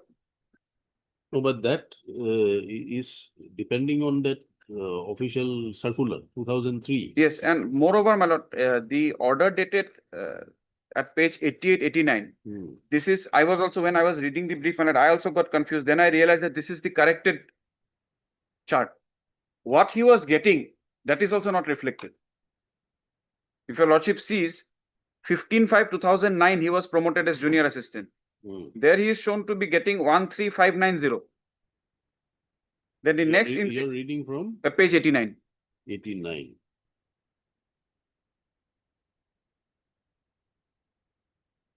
Fifteen. Five. Just above 15.5, Hmm. 17/2008, he is getting 13,590, grade pay of 2,300. Next, he gets a promotion on 15/5/2009. The scale is the same.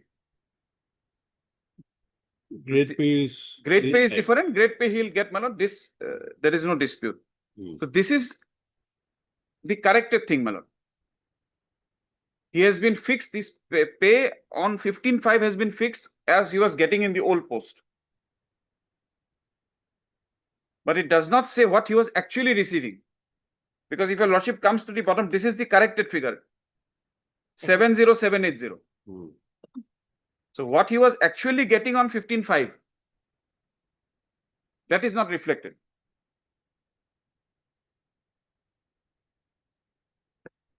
Because his pay on 15/5, when he gets the promotion, has been fixed at the same as he was getting on 17/2008 in the old post.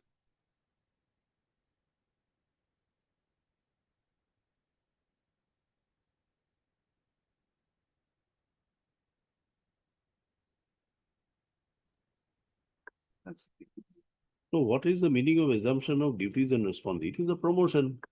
Why should it be said that there is no involvement of assumption of duties and responsibilities of greater importance? It has to be greater importance compared to the Lordship, feeder post. Better if it is seen, Lordship, superintendent is the head of the office, Lordship. He is above the UDA, LDA. He cannot perform same duties and responsibilities as UDA. He cannot perform same responsibilities and duties as LDA. This So is definitely, perhaps- This is with regard to holding of temporary charges, additional charges. for selection grade and senior grade post, Lordship. Not for the posts My which are in interpretation hierarchy. reading 22 and 30, my lord, that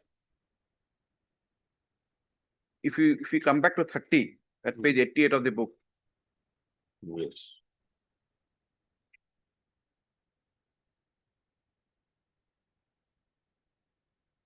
lordship has got it. Yes. Subject to the provisions of chapter 6, a government servant who is appointed to officiate in a post shall not draw any pay higher than his substantive pay in respect of a permanent post other than a tenure post, unless the officiating appointment involves the assumption of duties and responsibilities of greater importance. Correct. But 22 says Hmm. that the assumption of duties of responsibilities of greater importance will be as interpreted in 30. No, that's right. So if you have to interpret as per 30, Hmm. then 30 is applicable only in regard to officiating posts. Yes, Which means you are not promoted or appointed, you are officiating. correct. And if you're officiating in a post which has greater responsibilities, then you are entitled. Then you are. But if we come back again to 22, If my you lord, come to 22, 22 then says officiating the greater responsibilities and assumption, greater responsibilities has to be understood in the context of a promotion of a substantive post. A person who is working as a, let us say, I followed what your lordship has said. as an Because LDA or an UDA. UDA's responsibilities is higher than the LD. Then there has to be. But then again, if we come back to, I'm just trying to understand, Mal, because 95 says that the involving duties and responsibilities of greater importance, as in the case of selection grade.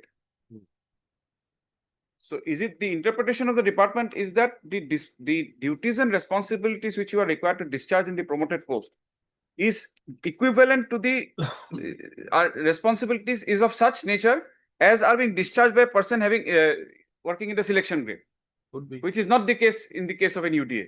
That is why. Lordship, my case is covered by the revision of pay rules 2010 and 2017. 2010 rules, Lordship, will have a look at. We need not go into this circular also, Lordship. 2010 rule is at page 39.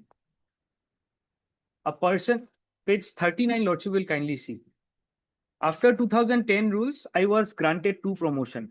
a promotion to the senior assistant in 2012 and also junior assistant 2009. Lordship will see page 39, revision of pay rule 2010. After 6 CPC, this has come into effect, serial number 1, subclause 2, Lordship will see. This shall be deemed to have come into effect on 1 January 2006. Then Lordship will see the aspect of increment. The aspect of increment is at page 8, para 8, page 44. Para 44, page 8. Rate of increment in revised pay structure. However, till the appropriate modalities of performance-based increment is determined, employees will be given increment at the rate of 3%. Then Lordship will see page 45, para 9. Date of next increment. What is the date of increment? This is exhaustive, Lordship, comprehensive. Page 45, para 9. In respect of all employees, there shall be a uniform date of annual increment, and such date of annual increment will be 1st July of every year. Now Lordship will see para 10. Para 10 below 1. In case of promotion from one post to a higher post on or after 1st day of January 2006, I was promoted junior assistant 2009, senior assistant 2012. 2006. The fixation of pay of an employee shall be made in the following manner, Lordship. 1 increment at the revised rate on the existing pre-promotion pay in the pay band plus grade pay corresponding to the pre-promotion post plus ad hoc fitment benefit, if any, shall be computed and rounded off to the next multiple of 10. Lordship will see the note 1, next page, note 1. This will clarify, Lordship. Note 1. This is in clear terms, Lordship. In case the employee opts to get his pay fixed from his date of next increment, that is on 1 July. 1 July. That is right. If he opts for mallet, then only that thing comes. If case the employee opts to get his pay fixed from his next date of next increment, yes, then on the date of promotion, pay in the pay band shall continue to be unchanged. But grade pay of the higher pay shall be granted. Yes. That has been granted. That has been granted. Further, refixation shall be done on the date of his next increment, that is 1st of July. Yes. On that day, such an employee shall be granted 2 increments. Such an employee who opts to get his pay fixed from his next date of increment. If ops is the issue, Lordship, definitely person will opt because it is more beneficial. If he is getting 2 increments, yes, then that has to be determined whether he has opted or not. If that is the issue, Lordship will seek instruction whether he has opted or not. Definitely he will opt because on the date of next increment, Lordship will again come to page 89 for a moment, Lordship. Page 89, this will clarify, Lordship. Same clause, I think. Huh? 89. 89, junior assistant, Lordship will see. Senior assistant, Lordship will see. Promoted to senior assistant on 11/10/2012. 11/10/2012. Earlier, my grade pay was 2900. Then on promotion to senior assistant, it became 4000. Then Lordship will see on 1/7/2013, next date of increment, 1st July. I was granted 20,810. This is, Lordship, I can show the calculation also. This is after granting 3% to 20,200. By adding 3% to 20,200, it becomes 20,810. That is 1 increment. And the other increment that has been taken away, which was originally granted, that your Lordship will see at page 90, para 1. After checking of time to time pay fixation, it is observed that pay at the time of promotion to the post of senior assistant is fixed with an increment which is irregular. Meaning thereby, they have taken away one of the 2 increments, annual increment and promotional increment. They have granted me only the annual increment and the promotional increment. Going by your interpretation that he has to opt, what is the stand of the department here? No, they have not. They have not taken this stand that I have not. Even going by that, it appears that he has opted. This stand has been taken just now. Because if your Lordship's growth comes back to 89, on 11/10, his pay is 16,200. So he's promoted on that day. So if he would not have opted, then the increment would have been granted on that day. 10 day itself. And this was never taken by them, Lordship. This is not a ground. They only say that higher duties. That is the ground, my lord, that appearing in page 93, my lord. I can't go beyond that, my lord. And even for higher duties and responsibilities, I have made an endeavor, Lordship, at page 135 in my affidavit in reply. Whatever I could, Lordship, I have collected. Name and designation of person. You are unable to give us FR 22 in a correct form. I am saying, Lordship, FR 22 is not affecting me. I am covered by these ROP But rules. we'll have to go through it and see whether your interpretation of FR 22 is correct. FR 22, the book is available, and I have also quoted the relevant portion at page 8, Lordship. Get us a correct form, Mr. Dekha, Page 8. because Yes, I have. the reference in the book and from what you are reading doesn't appear to be the same. Part of it tallies. And the only interpretation is, my lord, what is this assumption of duties of responsibilities? So assumption, if it is a promotion, then it has to be higher responsibilities. But 95 speaks otherwise. That is the confusion. And others have. Otherwise, what lordship has said is correct, my lord. Once you are promoted, definitely your No, but responsibility. then that is what we are saying, that again it refers to FR 22. Yes, it refers to, it So goes back where to is that FR 22 which is being referred to Yes. in page 95 also. It goes back to FR 22. So where is that FR 22? This is the FR 22. Language is the same, my lord. No, but from the one that you read, and the one is available here, is that variance? We go by the book, my lord. We can go by the book.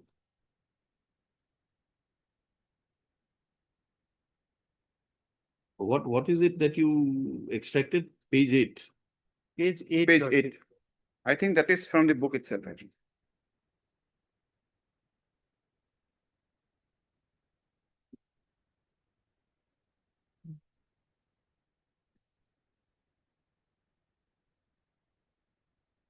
He has quoted FR 22A subclause Roman 1. He has quoted FR 22 1A1. Yes. Where is 1A1 from the book? Page 65, my lord. It does not say 65 1. is FR 22. FR 22 A1 he has quoted. He has quoted A1, not 1A1. No,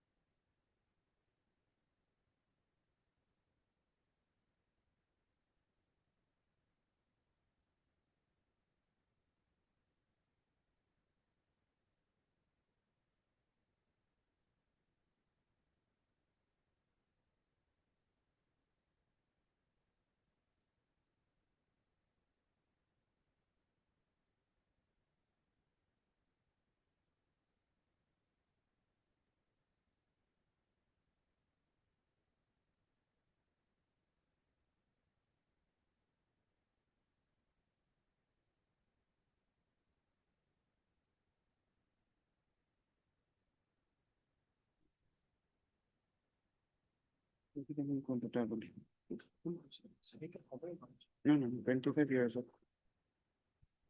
See, on 2007, you could not have completed 25 years if your appointment didn't like you. And you say you are covered by? ROP rules. No, this. Revision of pay rules. Lordship. This FR 22, according to you, is not applicable. Yes, ma'am. He says he is covered by ROP. And in fact, my lord, from what appears in page 89, ROP was granted to him. No, ROP is. Was given to him. All right, we'll continue on Thursday. Man. Further hearing on Thursday. Heard council board parties.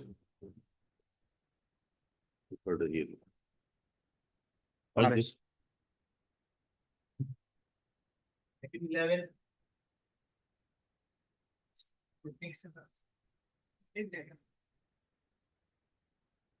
May I please, lordship? Kindly pass over the matter of that day, Lordship.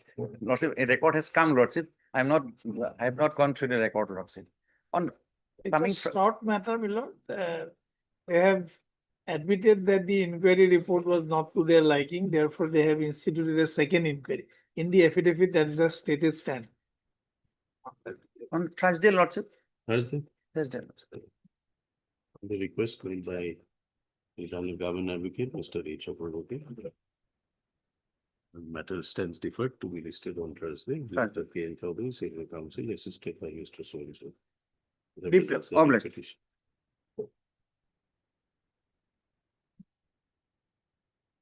মাতিলো এটাতো তই কি কিমানৰ পৰা আনে ন এশ নে কিমান পৰা মাৰো এটাতো আহিম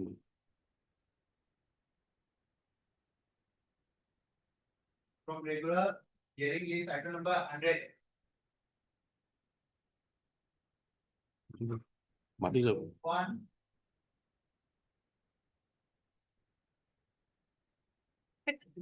Yes. Kindly the matter may be taken up on Thursday, Lordship. Thursday, Thursday, Lordship. Thursday. Obliged, Lordship.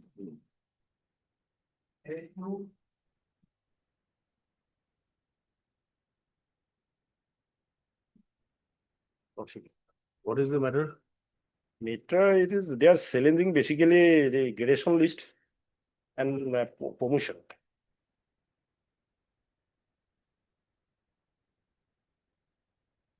Who saw the petitioner? So, Where's the pro? Senior Oh, Prime Minister sorry. Roy. The Decca.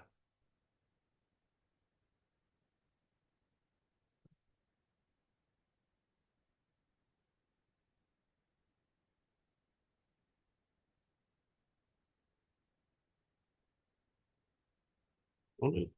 We may call it up again on Thursday. Thursday also.